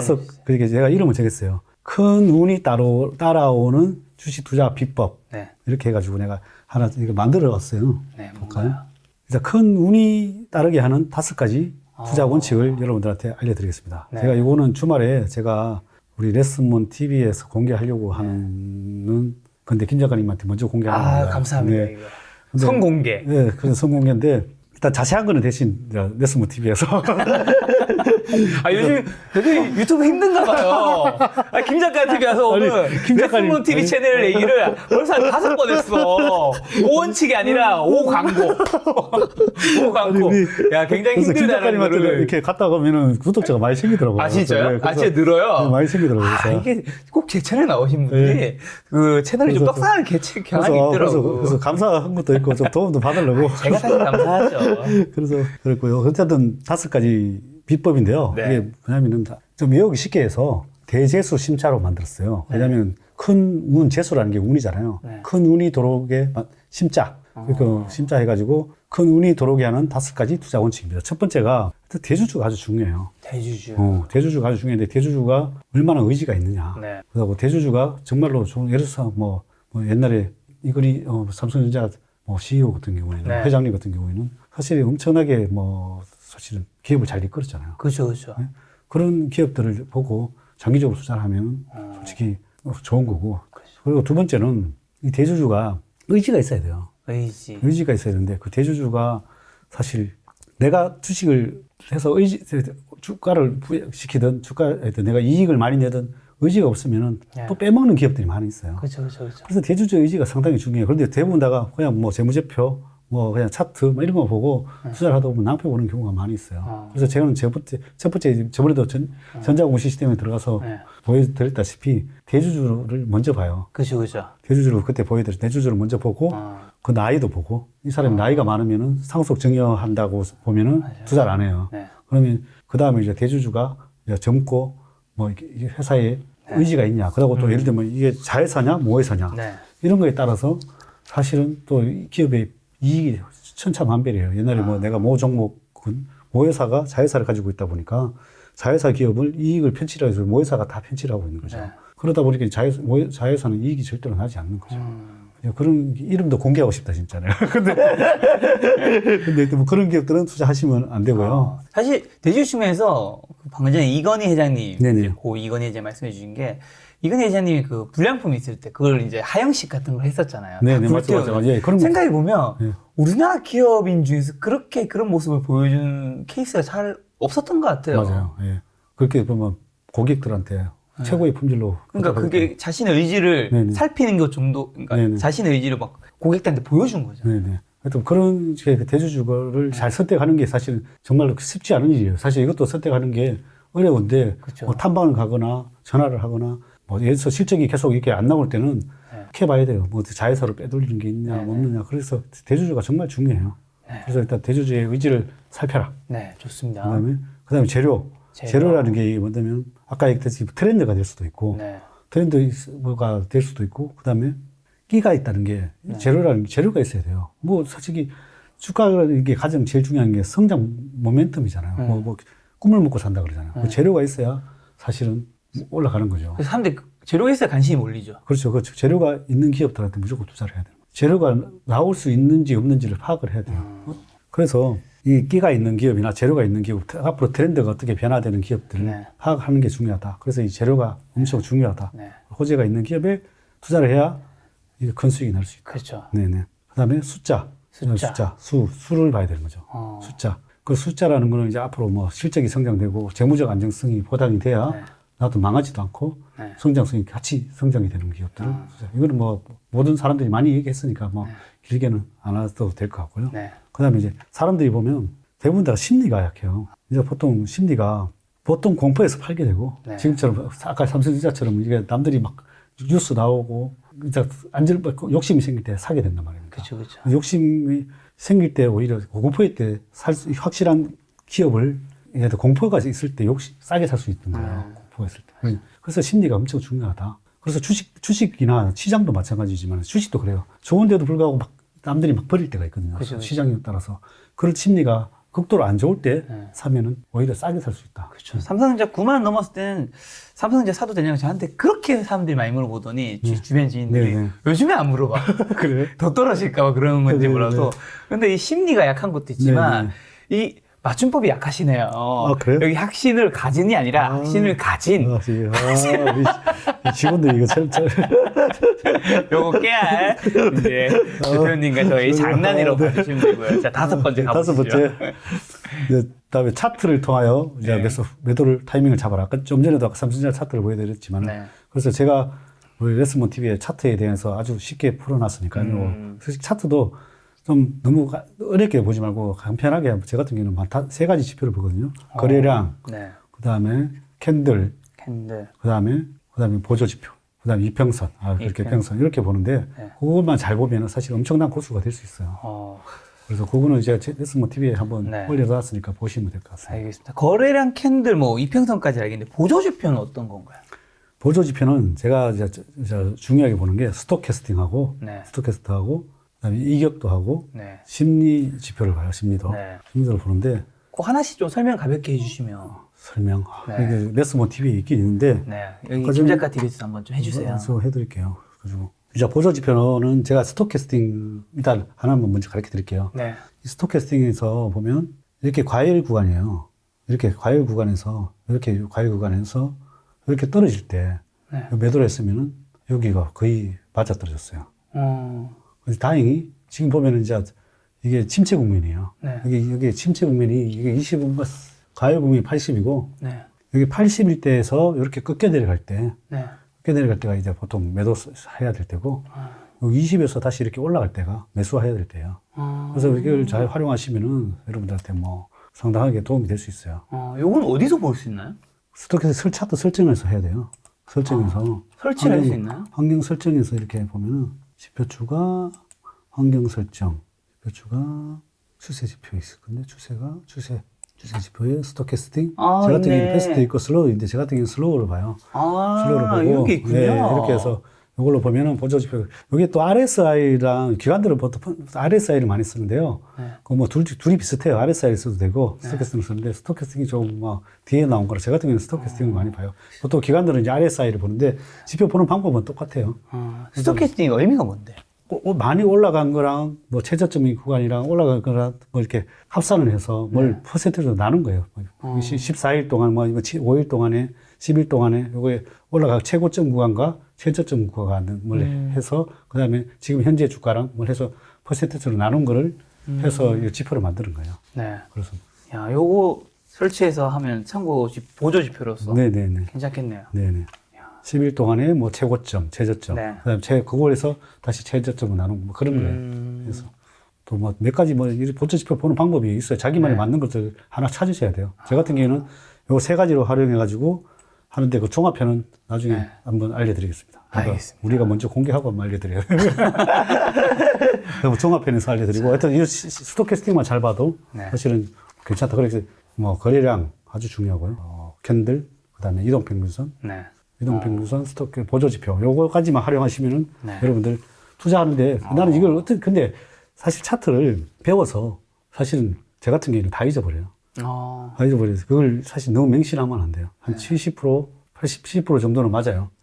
다 맹신하다 보면은 또 잘못될 수가 있으니까 항상 70% 정도만 맞다고 생각을 하고 어쩔 때는 다 잊어버리고 저는 이제 주로 이제 고점하고 저점을 잡는 용도로 많이 활용하고 있습니다. 이 무협지 같은 거 보면 예전에 무협지의 그 주인공들이 무공을 배울 때 기본과 그 모든 것들을 배우고 숙지한 다음에 모든 것을 잊어야 된다. 뭐 이런 멘트 나오잖아요. 네, 맞습니다. 진짜 그렇습니다. 이게 사실 배우고 나서 지워버려라. 그러면 나중에 되면 그냥 자동적으로 그냥 그 정도 경지에 가기 전까지는 요 5가지 원칙을 잘 알아두는 것만. 네, 아주 특히 머릿속에 그래서 대재수 십자 5가지 운이 들어오는 비법. 대재수 십자. 이렇게 대재수 십자.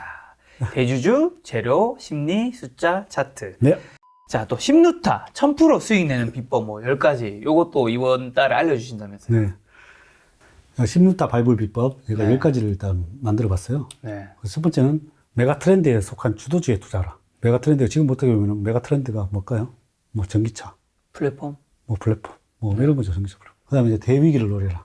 대위기를 노려라. 뭘까요? 지난 코로나 위기 같은. 이럴 때 투자를 해야 또 10배를 버는 거예요. 그 다음에 이제 변화 징조를 미리 파악하고 선점하여 투자하라. 이게 뭐냐면, 제가 저번에 우리 왔을 때 했던 종목 생각나는가요?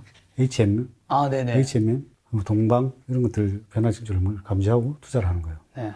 그러면은, 일단 미리 실적이 나오는 걸 보고, 이게 기사를 내가 만드는 것도 있는데, 그리고, 그 다음에 정책, 저부터 그 다음에 큰 걸 한번 하고 내가 하는 게 좋습니다. 그 다음에 네 번째는 정책 수혜주에 투자하라. 원래 정책 수혜주라는 거는 보통 정부 정책에 반하지 마라 그러잖아요. 그렇죠. 정책 수혜주에 투자하면 이렇게 1000% 나오는 종목들이 나옵니다. 그린 뉴드가 뭐 디지털 뉴드 이런 쪽이겠죠. 네네. 그 다음에 손실에서 흑자로 전환되는 턴어라운드 기업에 투자하라. 이것도 똑같아요. 저 HMM도 손실에서 흑자로 전환되고. 그리고 아까 뭐 내가 투자한 것 중에 뭐 동방이라는 기업도 그렇고 그런 것들이 손실에서 흑자로 전환되면서 10배 가까이 수익이 났어요. 그리고 낮은 주가 배수, 그 다음에 강력한 성장이 뒷받침되는 기업에 투자하라. 아주 싼 기업에 투자하라는 거죠. 강력한 성장이 되는 기업에. 뭐 예를 들면 뭐 카카오, 뭐 네이버 이런 것도 포함이 되겠죠. 그런 것들을 계속 사서 장기적으로 보유하면 10배까지 나오는 거죠. 그 다음에 극도의 소외주 및 일시적인 결함이 발생한 기업에 투자하라. 일단은 회사가 안 좋아야 이제 쓰지만 큰 돈을 벌 수 있어요. 제가 뭐 사실은 뭐 지분 신고해서 어떤 것들이 보면 극도의 소외주에서 회사가 완전히 결함이 발생했으나 실적은 안 나오는데 새로운 신사업이 붙으면서 이렇게 10배씩 나오는 거거든요. 그 다음에 이제 뭐 탁월한 CEO가 경영하는 기업에 투자하라. 조금 전에 말씀드렸다시피 9번째는 주가 등락을 견뎌라. 견디는 게 대부분 다 못 견뎌서 못 하는 거예요. 그렇죠. 그 다음에 10번째는 이제 그걸 인내심을 갖고 보유하라. 그래서 결론은 이 극소수의 투자자가 돼야 돼요. 보통 사람이 할 수 없는 거예요. 그래서 제가 일단 뭐 사례를 한번 보여드리면 제가 HMM 동방은 HMM은 어떤 기사를 보고 샀냐. HMM은 그 다음에 동방은 지금 600%인데 1,440 이게 또 14,000원까지 갔어요. HMM도 이게 저점은 2,000원이었던데 3,000원까지 제가 2만원까지 넘어갔어요. 보면 저점에서 2,000원 하던 게 지금 보면 23,000원까지 갔어요.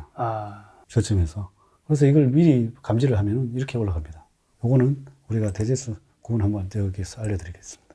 1차 산업혁명 때 이렇게 상승을 했고요. 그 다음에 이게 메가 트렌드에 올라탔던 거예요. 메가 트렌드. 1차 산업혁명 때 이렇게 이제 나스닥 지수가 철도 버블 뭐 이렇게 많이 올라갔어요. 1840년대에서 영국의 철도 기업들의 주식 폭등을 나타낸 거고요.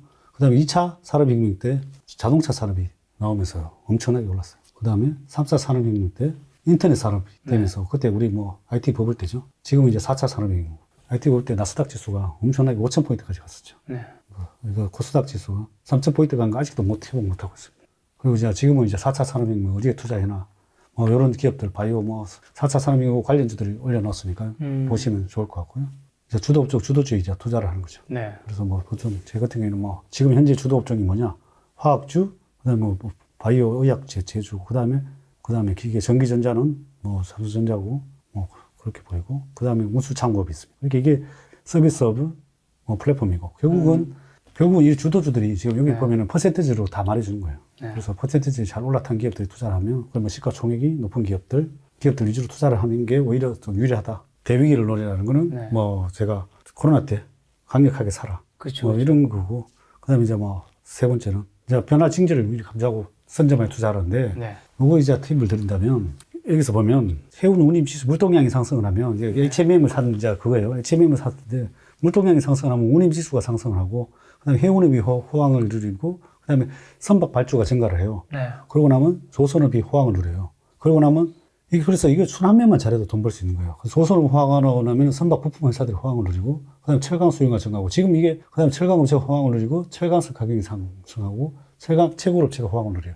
지금 이 트렌드로 지금 다 되고 있어요. 운송회사들이 다 상승을 하고, 네. 그다음에 조선업들이 지금 주가도 많이 올라왔죠. 네. 그다음에 부품 회사도 올라가고, 그다음에 철강 수요가 증가되면서 제철 이런 쪽들이 올라오고, 그다음에 최근에 뭐 철강 채굴 업체들 많이 뭐 올라왔죠. 그리고 전기차 수요가 증가하면서 전기차 제조회사가 호황을 누리고, 그다음에 2차 전지 수요가 증가하면 2차 전지 제조회사 호황을 누리고, 그다음에 리튬 수요가 증가되면 리튬 가격이 증가하고, 그러면서 또 리튬 채굴의 거체가 호황을 누리고, 지금 이 트렌드로 차례대로 갔단 말입니다. 네. 이런 작은 연상으로 환매만 잘해도 사실은 엄청나게 수익을 낼 수 있어요. 지금 예를 들면 지금 끝까지 왔어요. 네. 끝까지 왔을 때는 그렇지. 다 팔아야 되는 거면 어떻게 되나요? 그렇죠. 이거는 이제 이렇게 했으면은 이쪽 시장은 이제 안 봐야 되는 거죠. 근데 이제 제 같은 경우에는 보면은 HMM이라는 아까 전에 수익률 보셨지만, 이게 2,000원대 샀으면은 이렇게 올라갔잖아요. 제 같은 경우에는 솔직히 왜 HMM을 샀냐 하면, 일단은 국적선사가 돼버리잖아요. 다 인수하고 나라에서 하나 남은 기업이에요. 네. 산업은행이 보유하고 있고, 일단은 안 망한다. 안 망한다고 보는데 똑같아요.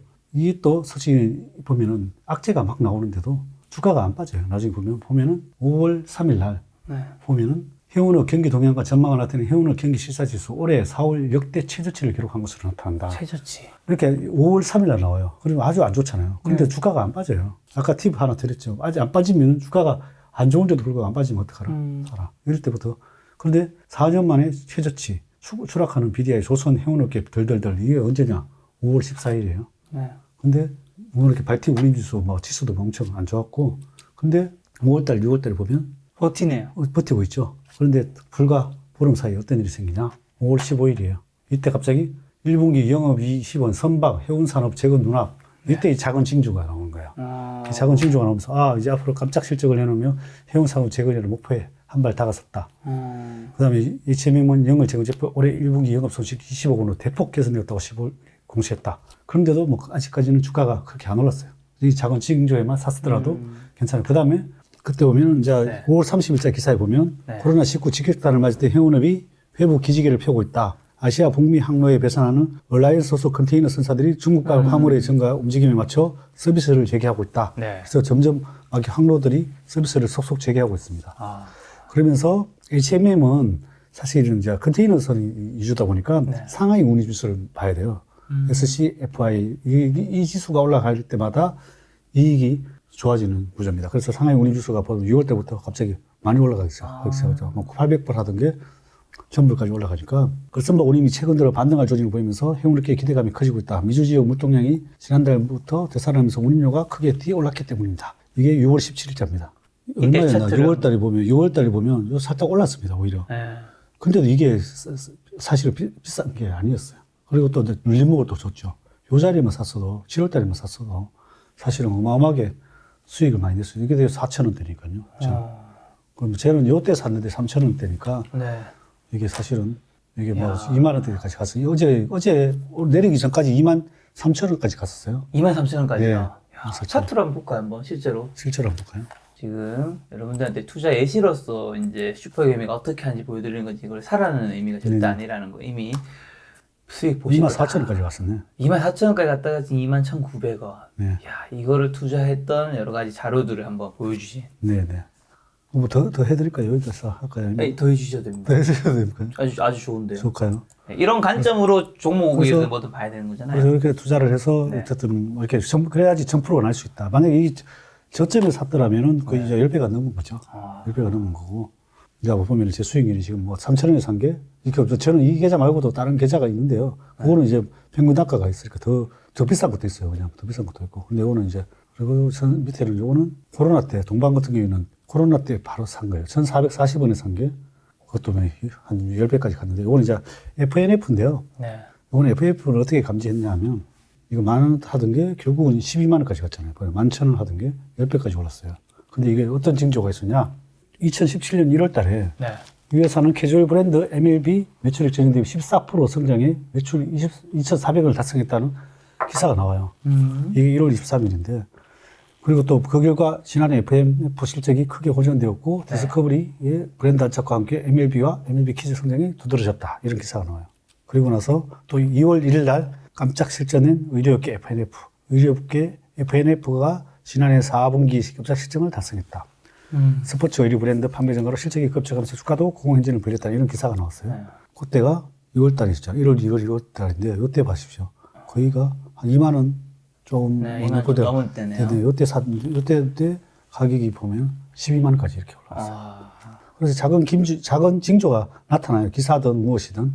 그런 기사를 잘 보시면은, 이제 이 회사가 턴어라운드가 되는구나. 이런 것들을 감지를 하고 투자를 하면 큰 수익을 낼 수 있습니다. 그리고 요 FNF 사례고요. 그 다음에 JYP. JYP 보면은 트와이스 앨범 선주문 31장, 유튜브 2천만 뷰 돌파, 신기록 행진. 그리고 트와이스가 앨범 판매량, 뮤직비디오 조회수고 놀랄만한 성적을 거두고 있다. 2017년 2월이죠. JYP 보면 2017년 6월 달에, 이제 이때 2015월 달에 이거 올라가지 않았는데 10,000원도 아직 안 됐을 때. 네. 얼마죠? 이때가 4,000원, 바닥일 때는 4,000원대고, 뭐. 네. 요때면은 4,000원, 한 5, 6,000원 할 때거든요. 네. 그죠? 이게, 그리고 나서 또 기사가 또 나옵니다. 3월 달에 보면, 이 요미우리 신문에 트와이스 한류 콘텐츠 시장의 석권의 새 주인공, 이렇게 기사가 또 나옵니다. 그리고 또 4월 1일 날, 트와이스 낙낙 1 음원 차트 정상 진입, 국내 예풍이 뜬다. 그 이후로 트와이스가 신곡 낙낙으로 일본 음원 차트 정상까지 석권했다. 이 기사를 보고 샀어도 사실은, 이때 샀어도 1,000%는 아니어도 거의 뭐 1,000% 가까이 수익이 난 거죠. 그 후에 나중에 보면 12월 29일 날 트와이스 1서 3연속 인기 홈런 예고, 그리고 박진영 연예인 주식왕 3.15 금축, 땡큐 트와이스. 트와이스가 이렇게 하나로 대박이 터지면서 뭐 이렇게 만약에 뭐 BTS가 상장이 됐었다면 초반에 이런 걸 보고 투자를 했으면 큰 수익을 낼 수 있었겠죠. 사실 지금 정리해 준 대로 보면 뭐 사실 너무 당연한 뭐 네. 논리적인 설명을 생각하지만 이 대표님도 이걸 투자할 당시에는 이게 이제 지금 결과론적으로 정리하니까 깔끔한 거지. 그 당시에는 여러 가지가 막 섞여 있는 거잖아요. 그렇죠. 정보들이. 맞습니다. 그 중에서 그 대표님이 안테나가 딱 적합한 것들을 찾아서 투자를 결정한 거고 그게 수익을 보는 거잖아요. 네, 맞습니다. 야, 근데 궁금한 게 JYP가 어쨌든 이때 최고가를 찍었을 때 이 당시에 네네. 대표님은 언제 파셨어요? 이 정확하게 딱 최고점 팔지는 않잖아요. 저는 이제 보통 분할 매도를 하죠. 분할 매도. 저 같은 경우는 그렇다고 뭐 캐려봐야 한 뭐 이렇게 뭐 저는 이제 100% 날 때부터 판다 그랬잖아요. 100%대 그쵸. 원금 매수. 네. 이제 나머지는 이제 분할 매도 하다 보니까 수익률은 300%될 수도 있고 200%가 될 수도 있고 그런 거죠. 그래서 결론적으로는 이게 끝까지 먹을 일은 다 먹지는 못하고 분할 매도를 해야 그렇죠. 일단 1,000%까지 끌고 갈 수 있습니다. 대신 많이 사야 또 솔직히 1,000%까지 끌고 가게 되더라고요. 그쵸. 조금 사면은 거의 어떻게 예를 들면 내 같은 경우에 올인을 했다. 뭐 이러면 이제 거의 더 많이 먹게 되더라고요. 많이 사면은 올인하기보다는 많이 샀을 때 더 네. 많이 끌고 가게 되더라고요. 올인하셨으면 1,000%를 못 보겠죠. 그 전에 파시겠죠. 맞습니다. 올인했으니까. 네. 그래서 이제 뭐 다른 종목도 있고 이러니까 1,000%까지 끌고 가는 거고 또 네. 그만큼 수익을 실현해놨으니까 1,000%까지 끌고 가는 거죠. 지금 뭐 여러분들이 지금 JYP든 HMM이든 이런 것들 종목을 보고 따라 사는 게 아니라 대표님이 이런 관점으로 접근해서 이렇게 샀으니까 네, 그렇습니다. 여러분들도 다음 종목을 찾을 때 찾을 때 요 10가지 비법을 참고하셔가지고 그쵸. 공부해서 투자하시면은 큰 수익을 낼 수 있다. 그렇게 생각합니다. 혹시 뭐 그 사이에 네. 작년 3월부터 지금 벌써 이제 3월이잖아요. 네네. 딱 한 1년 정도 된 건데 이런 종목은 없어요. 돈 종목. 잃은 종목. 아무리 장이 상승사였 작년에 네. 작년하고 올해는 이럴 게 없죠. 대부분 다 올라갔으니까. 올해 초에 샀는데 지금 뭐 어쨌든 하락장이었으니까 좀 최근에 지금 최근에 사고 있는 것들은 조금씩 뭐 하락하는데 뭐 그렇게 뭐 10% 안쪽이니까 계속 네. 사모으고 있는 주식은 그렇습니다. 사모인 주식의 섹터는 아까 전에 말씀하신 그쪽 계열일까요? 뭐 그런 쪽이죠. 그쪽에서 계속 사모으고 있습니다. 그래도 물론 그 전에 해서 수익 난 섹터도 있고, 그런 것들 계속 보유하고 또 새로운 것들을 찾아서 계속 사고 있는 것들은 뭐 마이너스인 경우는 있습니다. 계속 사모으니까. 근데 제 같은 경우에는 뭐 떨어지면 땡큐 하고 사니까 그래서 뭐 그렇게 뭐 마이너스 난 게 우리 더 많이 사게 돼서 더 좋을 때가 더 많더라고요.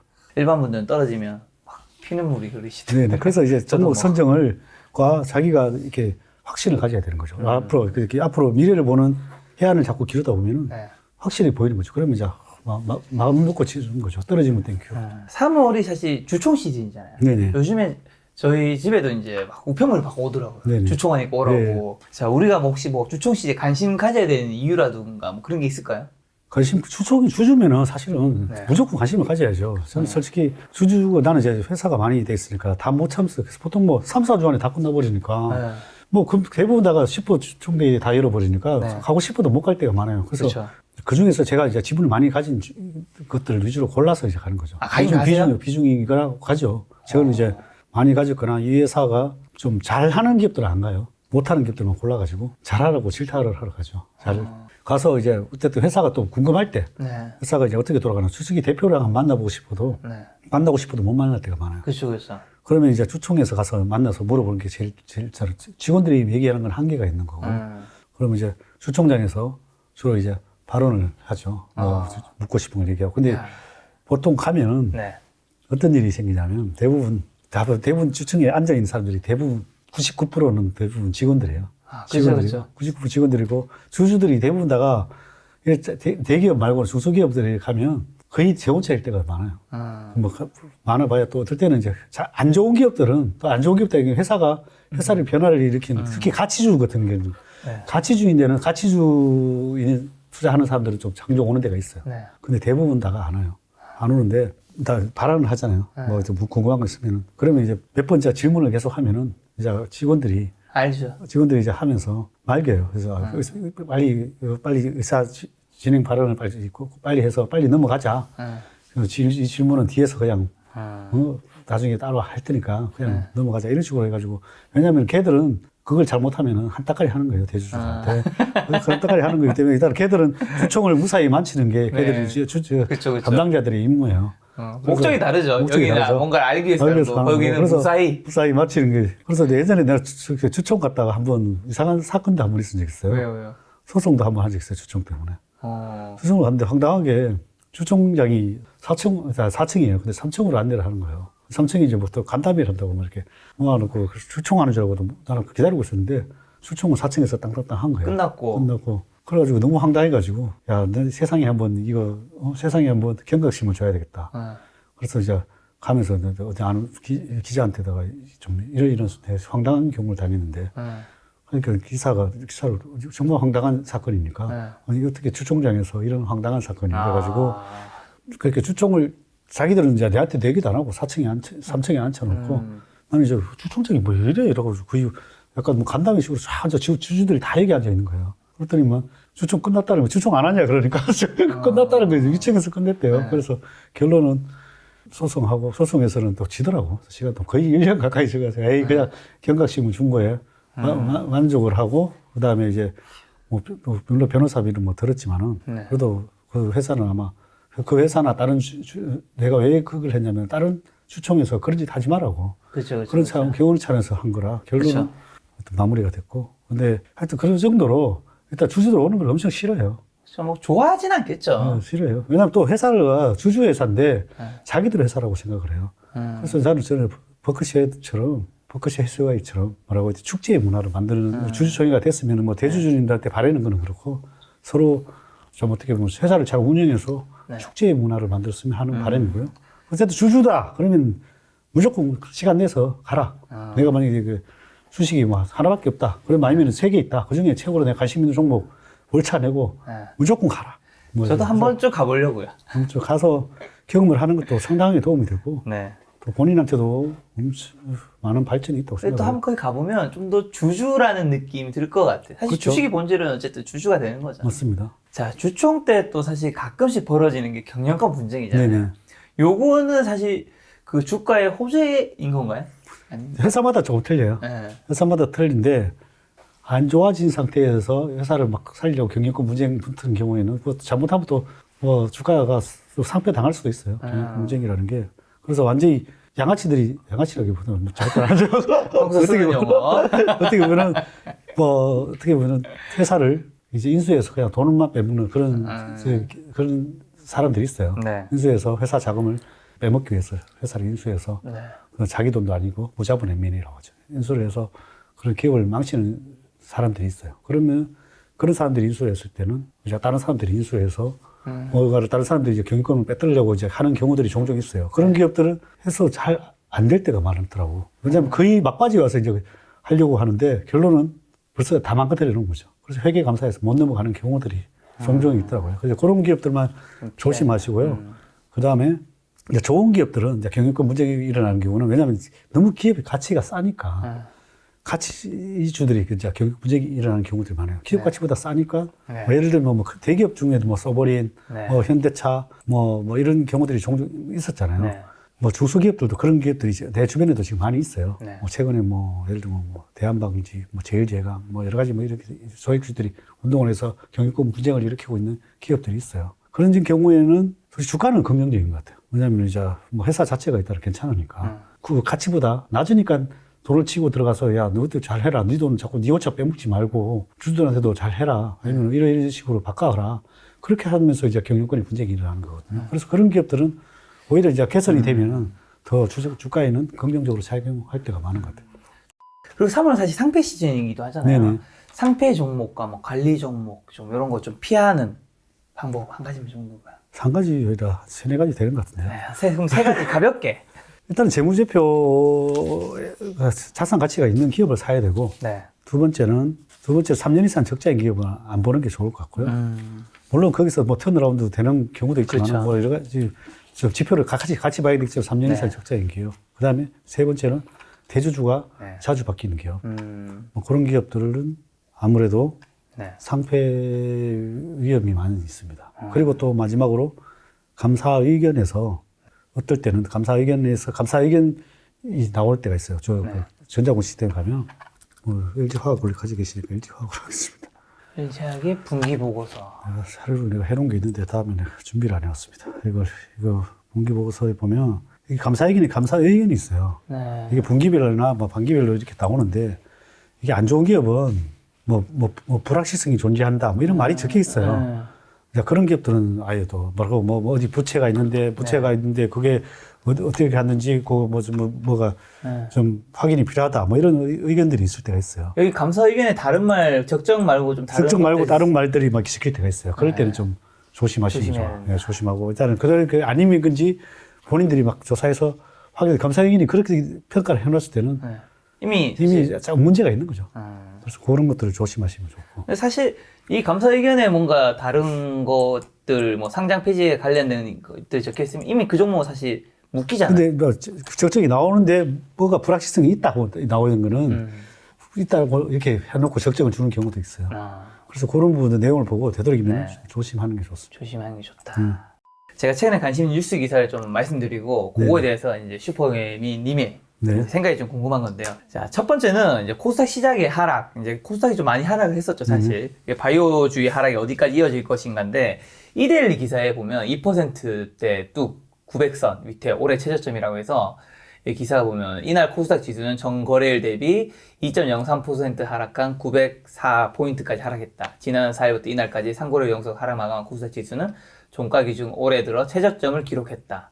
그리고 밑에 박석현 KTB 투자증권 매크로 팀장은 금리 상승에 대한 불안감으로 인해 밸류에이션이 높은 업종과 종목이 우선적으로 하락하고 있다. 코스닥에서는 바이오 종목이 높은 밸류에이션을 받고 있기 때문에 하락폭이 큰 것이다. 이렇게 설명이 되어 있던데 바이오주 하락 좀 어떻게 보시나요?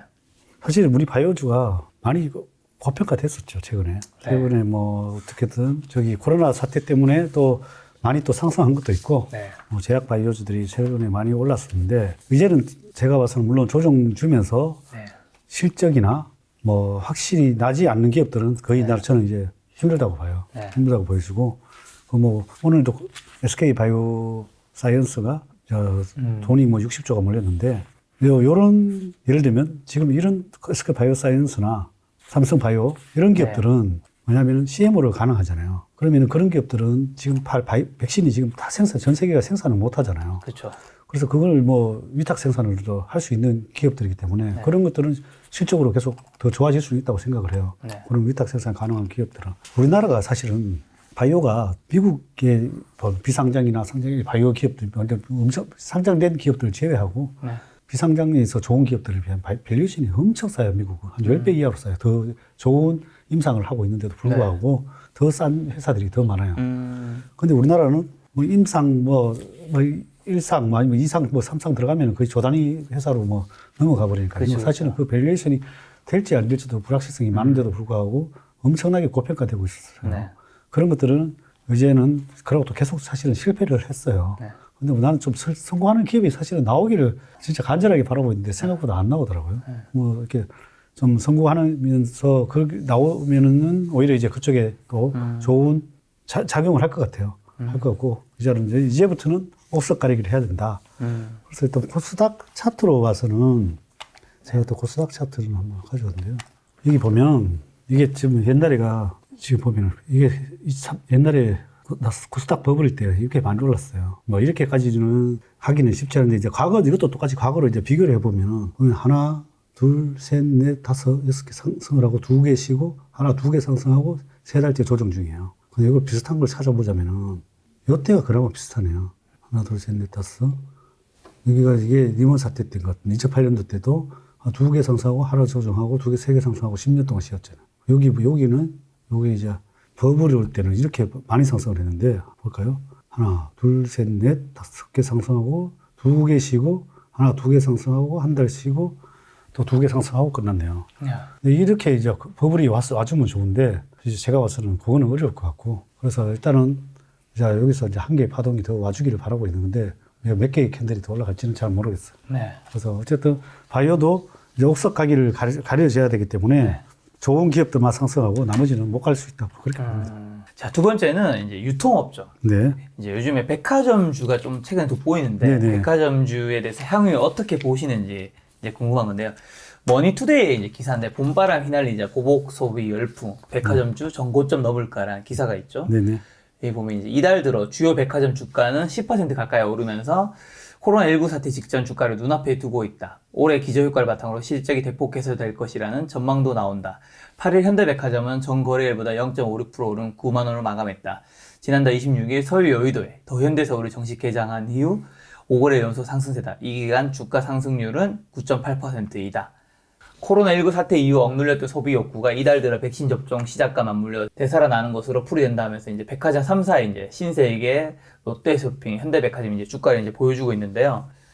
그러면서 이제 마지막에 현대백화점은 코로나19 이전인 지난해 1월 14일 기록한 고점 93,000원에 1.4%, 신세계는 333,500원에 13.6%를 남겨두고 있다. 얼어붙었던 소비 심리가 갈수록 회복되면서 주가도 전고점을 머지않아 회복할 것으로 전망된다. 김명주 연구원은 당분간 유통업종 내에서 백화점주 중심으로 주가 상승이 지속될 것이라며 명품 매출 비중이 높고 레버리지 효과가 가장 크게 기대되는 신세계가 수익률이 높을 것이라고 예상했다. 백화점 3사 이쪽 업종은 좀 어떻게 보시나요? 최근에 좀 전에도 말씀드렸듯이 최근에 여의도 네.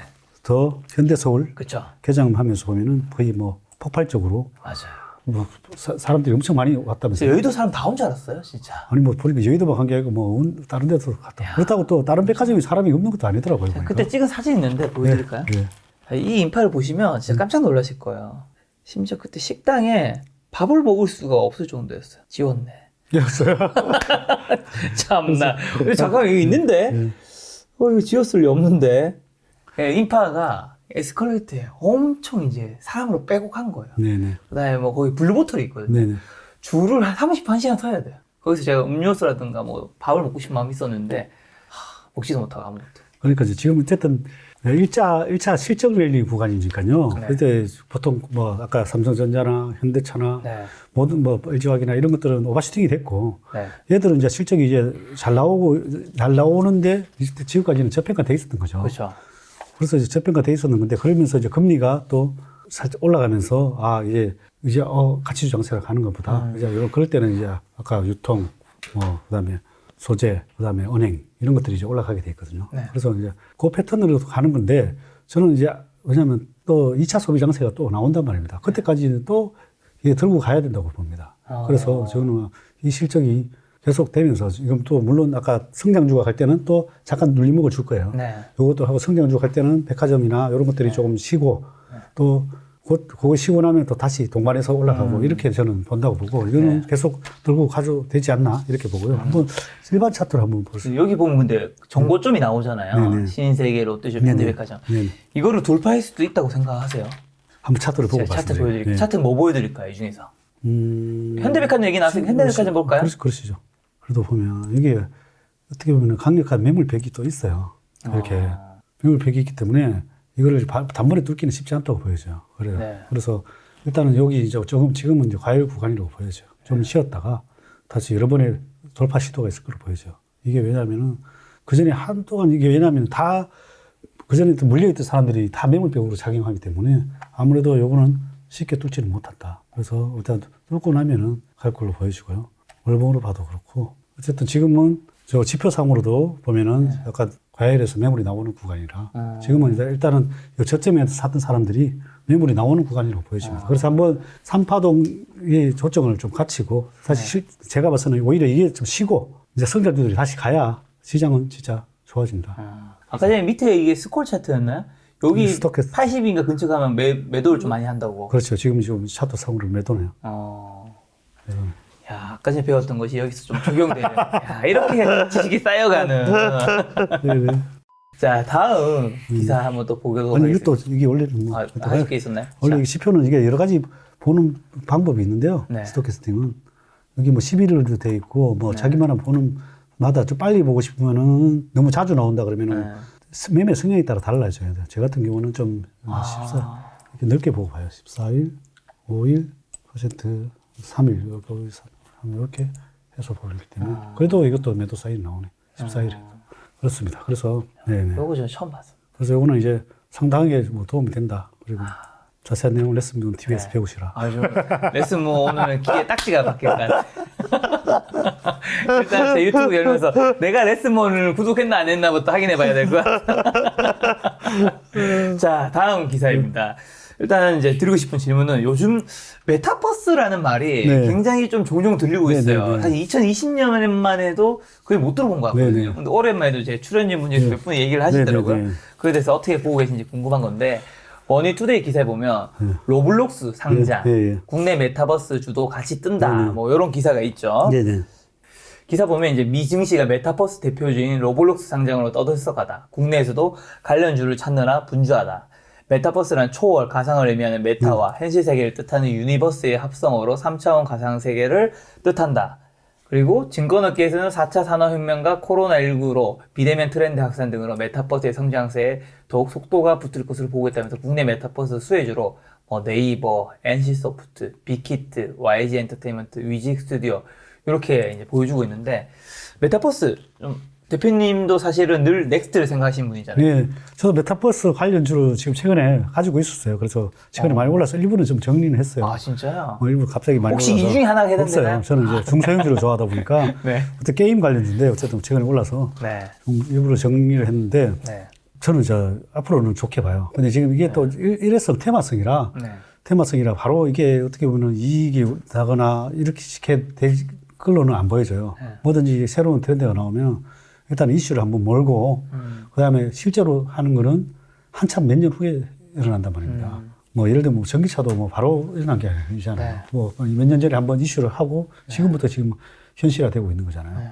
그래서 이거는 나는 솔직히 앞으로 엄청나게 괜찮다고 봐요. 뭐 게임도 괜찮지만 저도 솔직히 메타버스 쪽에 사업을 하나 해보고 저는 사업가다 보니까 사실은 저는 투자가로 또 보이지만은 저는 사업가거든요. 그러다 보니까 이쪽 관련 사업을 한번 해보고 싶은 게 있어요. 근데 내가 주변에 또 이걸 하려고 하니까 다들 이제 그만 일 버려. 그래가지고 일 좀 그만 버리라 해가지고 일단 이것도 뭐 하는 것도 마무리해야 되니까 일단 하고 싶은 섹터가 하나가 있어요. 하나가 하고 싶은데 다음에 내가 안 하게 되면 공개를 할게요.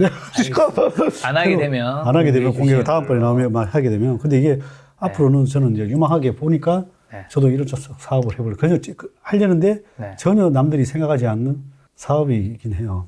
그래서 몰라 하여튼 메타버스 쪽 괜찮게 봅니다. 저도 사업하려고 하는 네. 분야다 보니까. 자, 다음 기사는 질문이 이겁니다. 은행주가 이제 성장 산업은 아니잖아요. 사실. 네네. 근데 또 최근에 좀 매수세가 좀 많이 시작됐더라고요. 네네. 관련 기사가 이제 머니투데이인데 외국인 매수액력 KB금융 주가 6% 상승, 은행주 날았다. 네. 인데 코스피 3000선이 이제 붕괴됐지만 은행주는 빛났다. 최근 2주간 은행주는 코스피 3000보다 좋은 모습을 보였다. 8일 대부분의 업종이 하락세를 보인 가운데 은행업 지수는 전거래일 대비 2.31%, 금융업은 0.95% 상승 마감했다. KB금융은 전거래일 대비 2,950원 오른 49,950원을 기록했다. 이날 KB금융 주식은 장중 54,000억을 찍으며 52주 신고가를 기록했다. 국내 은행주 상승은 외국인 투자자의 사자 행렬 덕분입니다. 외국인 투자자가 은행주 또 사고 있는 거예요. 네. 자, KB금융의 경우 이날 외국인이 1,160억 원, 기관계가 150원에 순매수 하면서 주가를 끌어올렸다. 최정호 하나금융투자연구원은 최근 2주간 은행주는 코스피를 약 7.5%포인트 초과 상승했다. 코스피 미국 그채금리가 재차 상승하면서 주 후반 상승폭을 반등한 반면 은행주는 금리 상승 수혜주로 인식되면서 시장 조정 국면에서 초과 상승세를 지속 중이라고 설명했다. 특히 외국인은 지난주 코스피에서 1조 1,000억 원을 순매도한 반면 은행주를 2,250억 원 순매수했다. 국내 기관도 1조 원 가까운 코스피 순매도 공세 속에서 은행주는 약 500억 원을 순매수했다. 야, 기관과 외국인이 다 매도하고 있는 건 아니었네요. 네, 그러네요. 네. 이게 그렇게 원래 얘들이 얘들이라 그래서 기관 외국인들이 네. 보통 패턴이 그렇습니다. 금리랑 이렇게 연결을 해서 네. 보통 금리가 상승할 때는 요거를 사고 다른 걸 성장주를 줄이고 이런 걸 네.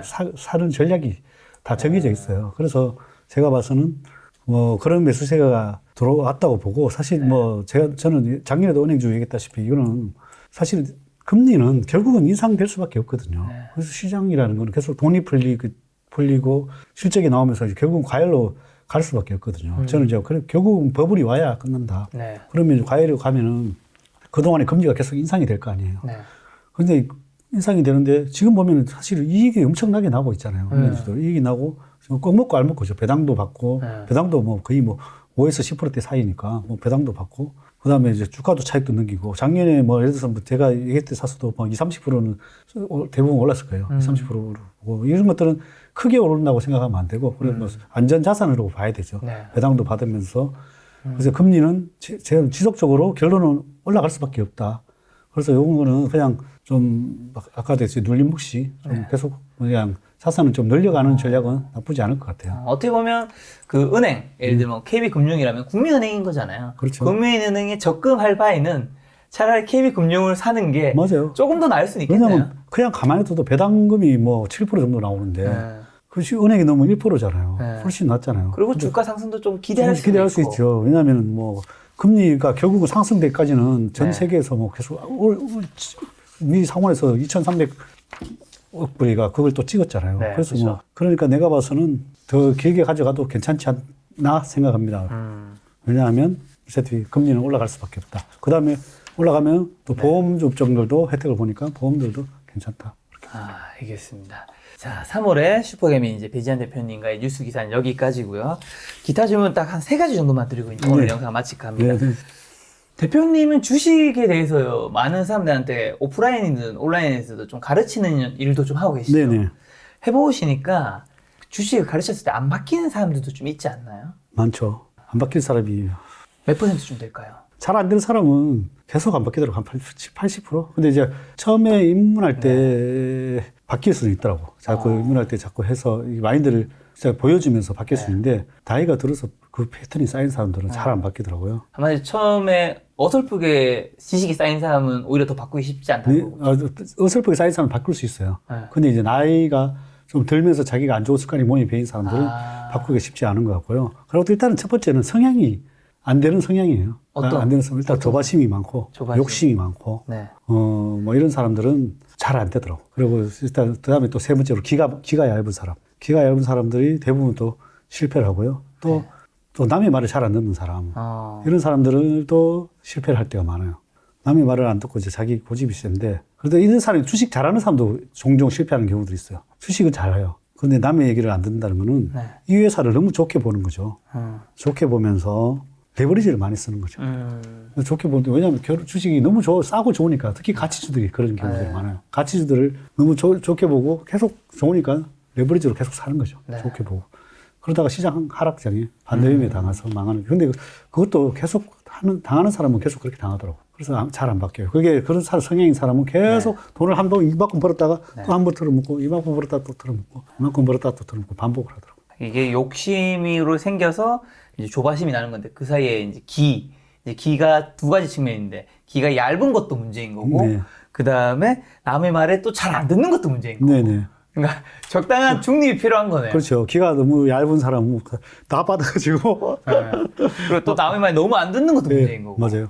여기서 한 가지 좀 질문 드리고 싶은 게 사람은 어쨌든 주식을 하는 분이기 때문에 아무래도 뭐 경영진도 자주 보려고 하실 거고 경영진 어떤 사람이 돈을 벌 수 있는 사람인지도 뭐 그런 고민하실 네. 테니까 김 작가는 대표님 보실 때 돈을 벌 수 있을 것 같은 사람이로 보시는지 첫 번째 궁금하고요. 그 다음에 김 작가는 어떻게 보면 매일 이런 방송을 찍잖아요. 네. 어떻게 보면 굉장히 이 업의 전문가분들, 실력 있는 분들 많이 만나는데 저는 그게 꼭 다 좋은 것만은 아닐 수도 있다 생각을 하거든요. 김 작가는 이렇게 계속 방송을 찍고 공부하면서 뭐 좀 주의해야 될 한 가지 정도 있다면? 제가 봐서는 네.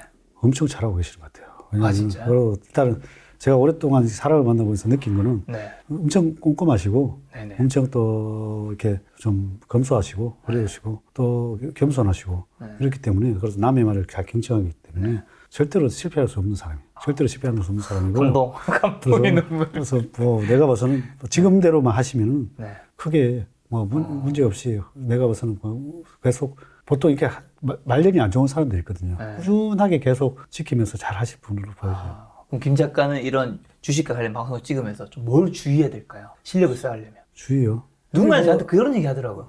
너무 많은 얘기를 들어서. 근데 이게 보니까 너무 많은 얘기를 듣는데 큰 귀를 가지고 두꺼운 귀를 가졌어요. 두꺼운 귀라는 거는 이제 그러는 거죠. 이제 큰 귀를 가지고 얇은 귀를 가지면은 다 받아들이는데 두꺼운 귀를 가져가지고 이제 본인이 걸러내는 성향인 것 같아요. 그래서 아주 투자에서는 아주 좋은 성향을 가지고 있는 거예요. 슈퍼개미 싹이 보이나요? 엄청나게 보여요. 네. 그래서 앞으로 이제 내가 봐서는 이제 저는 이제 지고 떠오르는 슈퍼햄이 아직 20년 뒤에 제가 지분 공시하면 네. 야 굉장히 의미가 있을 것 같긴 해요. 네네. 야, 김 작가가 유튜브 처음 시작할 때 재테크 아무것도 몰랐는데 지분 공시까지 올라오더니. 네네. 지분 공시에 이제 하는 비법 알때 결혼할 주식이 아니다. 진짜 미인주를 찾아가지고 네.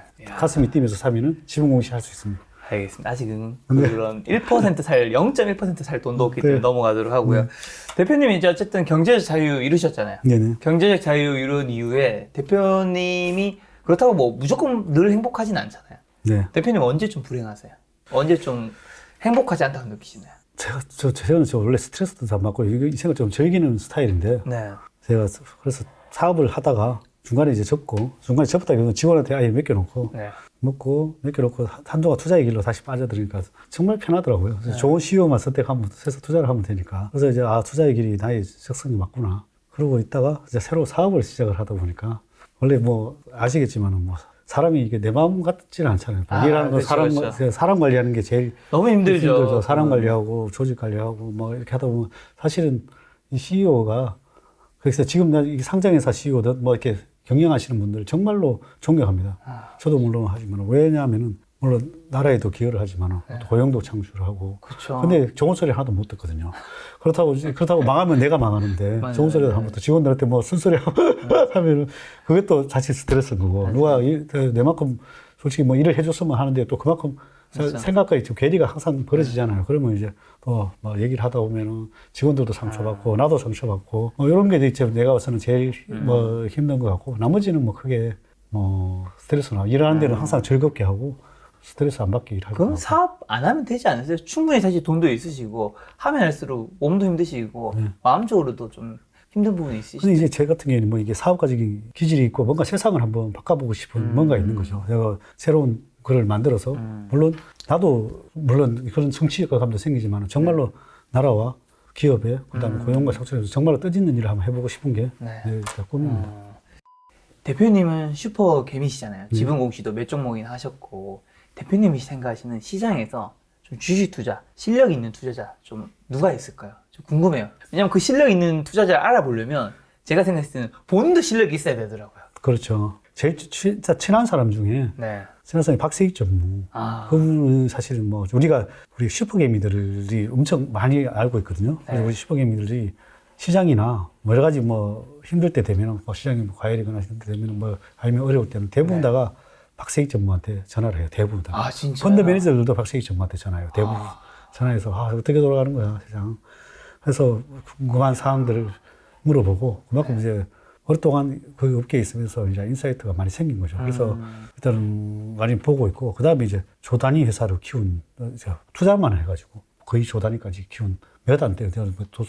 그 사람들은 뭐 내가 아는 사람 2사람밖에 없는데 그런 2사람들은 진짜로 신의 경지잖아. 그래서 생각을 하고. 그 두 분은 이제 실명은 얘기 안 해주실 거고. 네, 실명은 뭐 이게 친한 사람이야. 친한 한 명은 친한데 요즘 뭐 잘 못 봐서 내가 또 얘기 그렇고. 어쨌든 그 2명과 박세익 전무님이 굉장히 실력이 있는 것 같다. 네네. 그래서 뭐 시청자분 어떻게 보면 알려진 인물은 이 중에서 박세익 전무님이니까 박세익 전무님 이야기 좀 더 잘. 한 명은 거의 그렇게 뭐 어떻게 기관 투자가로 활약하고 계시고 한 명은 거의 뭐 저기 오바마 현인처럼 저기서 혼자서 매매하고 계시고.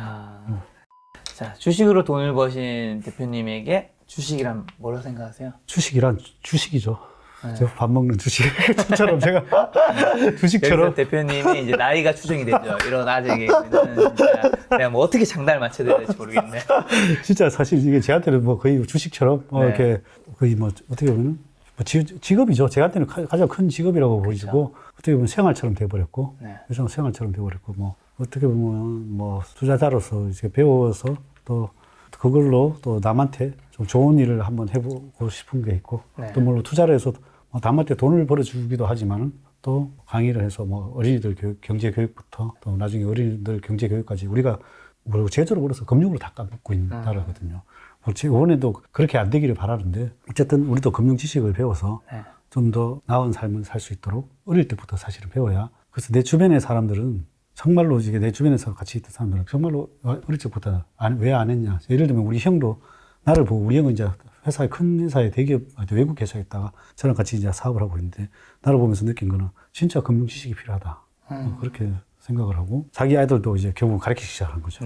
자기도 가르치기 시작하면서 자기들도 안 그러면 자기가 월급 받아서는 답이 없죠. 답이 없는 거죠. 월급 받아서 답이 없으니까 이래서 금융 지식을 배워서 재테크를 하지 않으면 일단은 진짜 사는데 좀 힘들지 않나 이렇게 생각을 합니다. 알겠습니다. 오늘이 이제 3월 10일인데 또 대표님은 다음에 뵈려면 뭐 아마 제가 생각했을 때는 또 한 5, 6월 좀 돼야 되지 않을까 싶은데 그 전까지 시청자분들한테 뭐 하시고 싶은 말씀이 있다면? 그래서 요즘 뭐 시장이 많이 힘들어서 여러분들 뭐 많이 힘드실 건데 사실 전부 다 어떻게 보면 행복해지자고 하는 건데 사실은 뭐 행복은 바로 눈앞에 있더라고요. 그래서 최근에 내가 한번 어디서 기사가 나온 거를 내가 한번 어디서 기사가 나온 게 자료를 하나 들고 나오는데요. 영국의 런던 타임즈에서 가장 행복한 사람은 누구인가 하는 정의를 공부했대요. 그 중에 많은 사연이 접수됐는데 그 중에 4개가 나왔대요. 4위가 뭐냐 하면 어려운 수술을 성공해서 한 생명을 구한 의사. 3위가 세밀한 공예품을 만족스럽게 완성하고 휘바람을 부는 목공. 그 다음에 2위가 아기의 목욕을 막 마친 어머니. 그 다음에 1위가 모래성을 완성한 꼬마 아이. 결국은 행복은 먼 곳에 있는 것이 아니다. 그리고 뭐 꼭 비싼 값을 지불하고 뭐 살 수 있는 거창한 것도 아니다. 생각보다 우리 삶 곳곳에 숨어 있는 것이 바로 행복이다. 그래서 꼭 뭐 돈을 너무 쫓는 것보다 주변에서 이렇게 주변에서 작은 행복이라도 느끼는 것도 나쁘지 않다고 생각합니다. 그렇죠. 우리가 돈은 벌어야 되지만 돈이 이제 종착지가 되어서는 이제 곤란한 거겠죠. 많은 분들이 이제 돈을 벌어서 여러분들의 삶에 좀 더 행복을 주는 수단으로서 되었으면 좋겠다는 생각이 들고요. 마지막 인사드리겠습니다. 오늘 만남의 손님은 슈퍼개미 배진환 대표님이었습니다. 지금까지 여러분의 소중한 시간 함께 해주셔서 정말 감사합니다. 오늘도 김 작가였습니다. 고생 많으셨습니다. 고생 많습니다.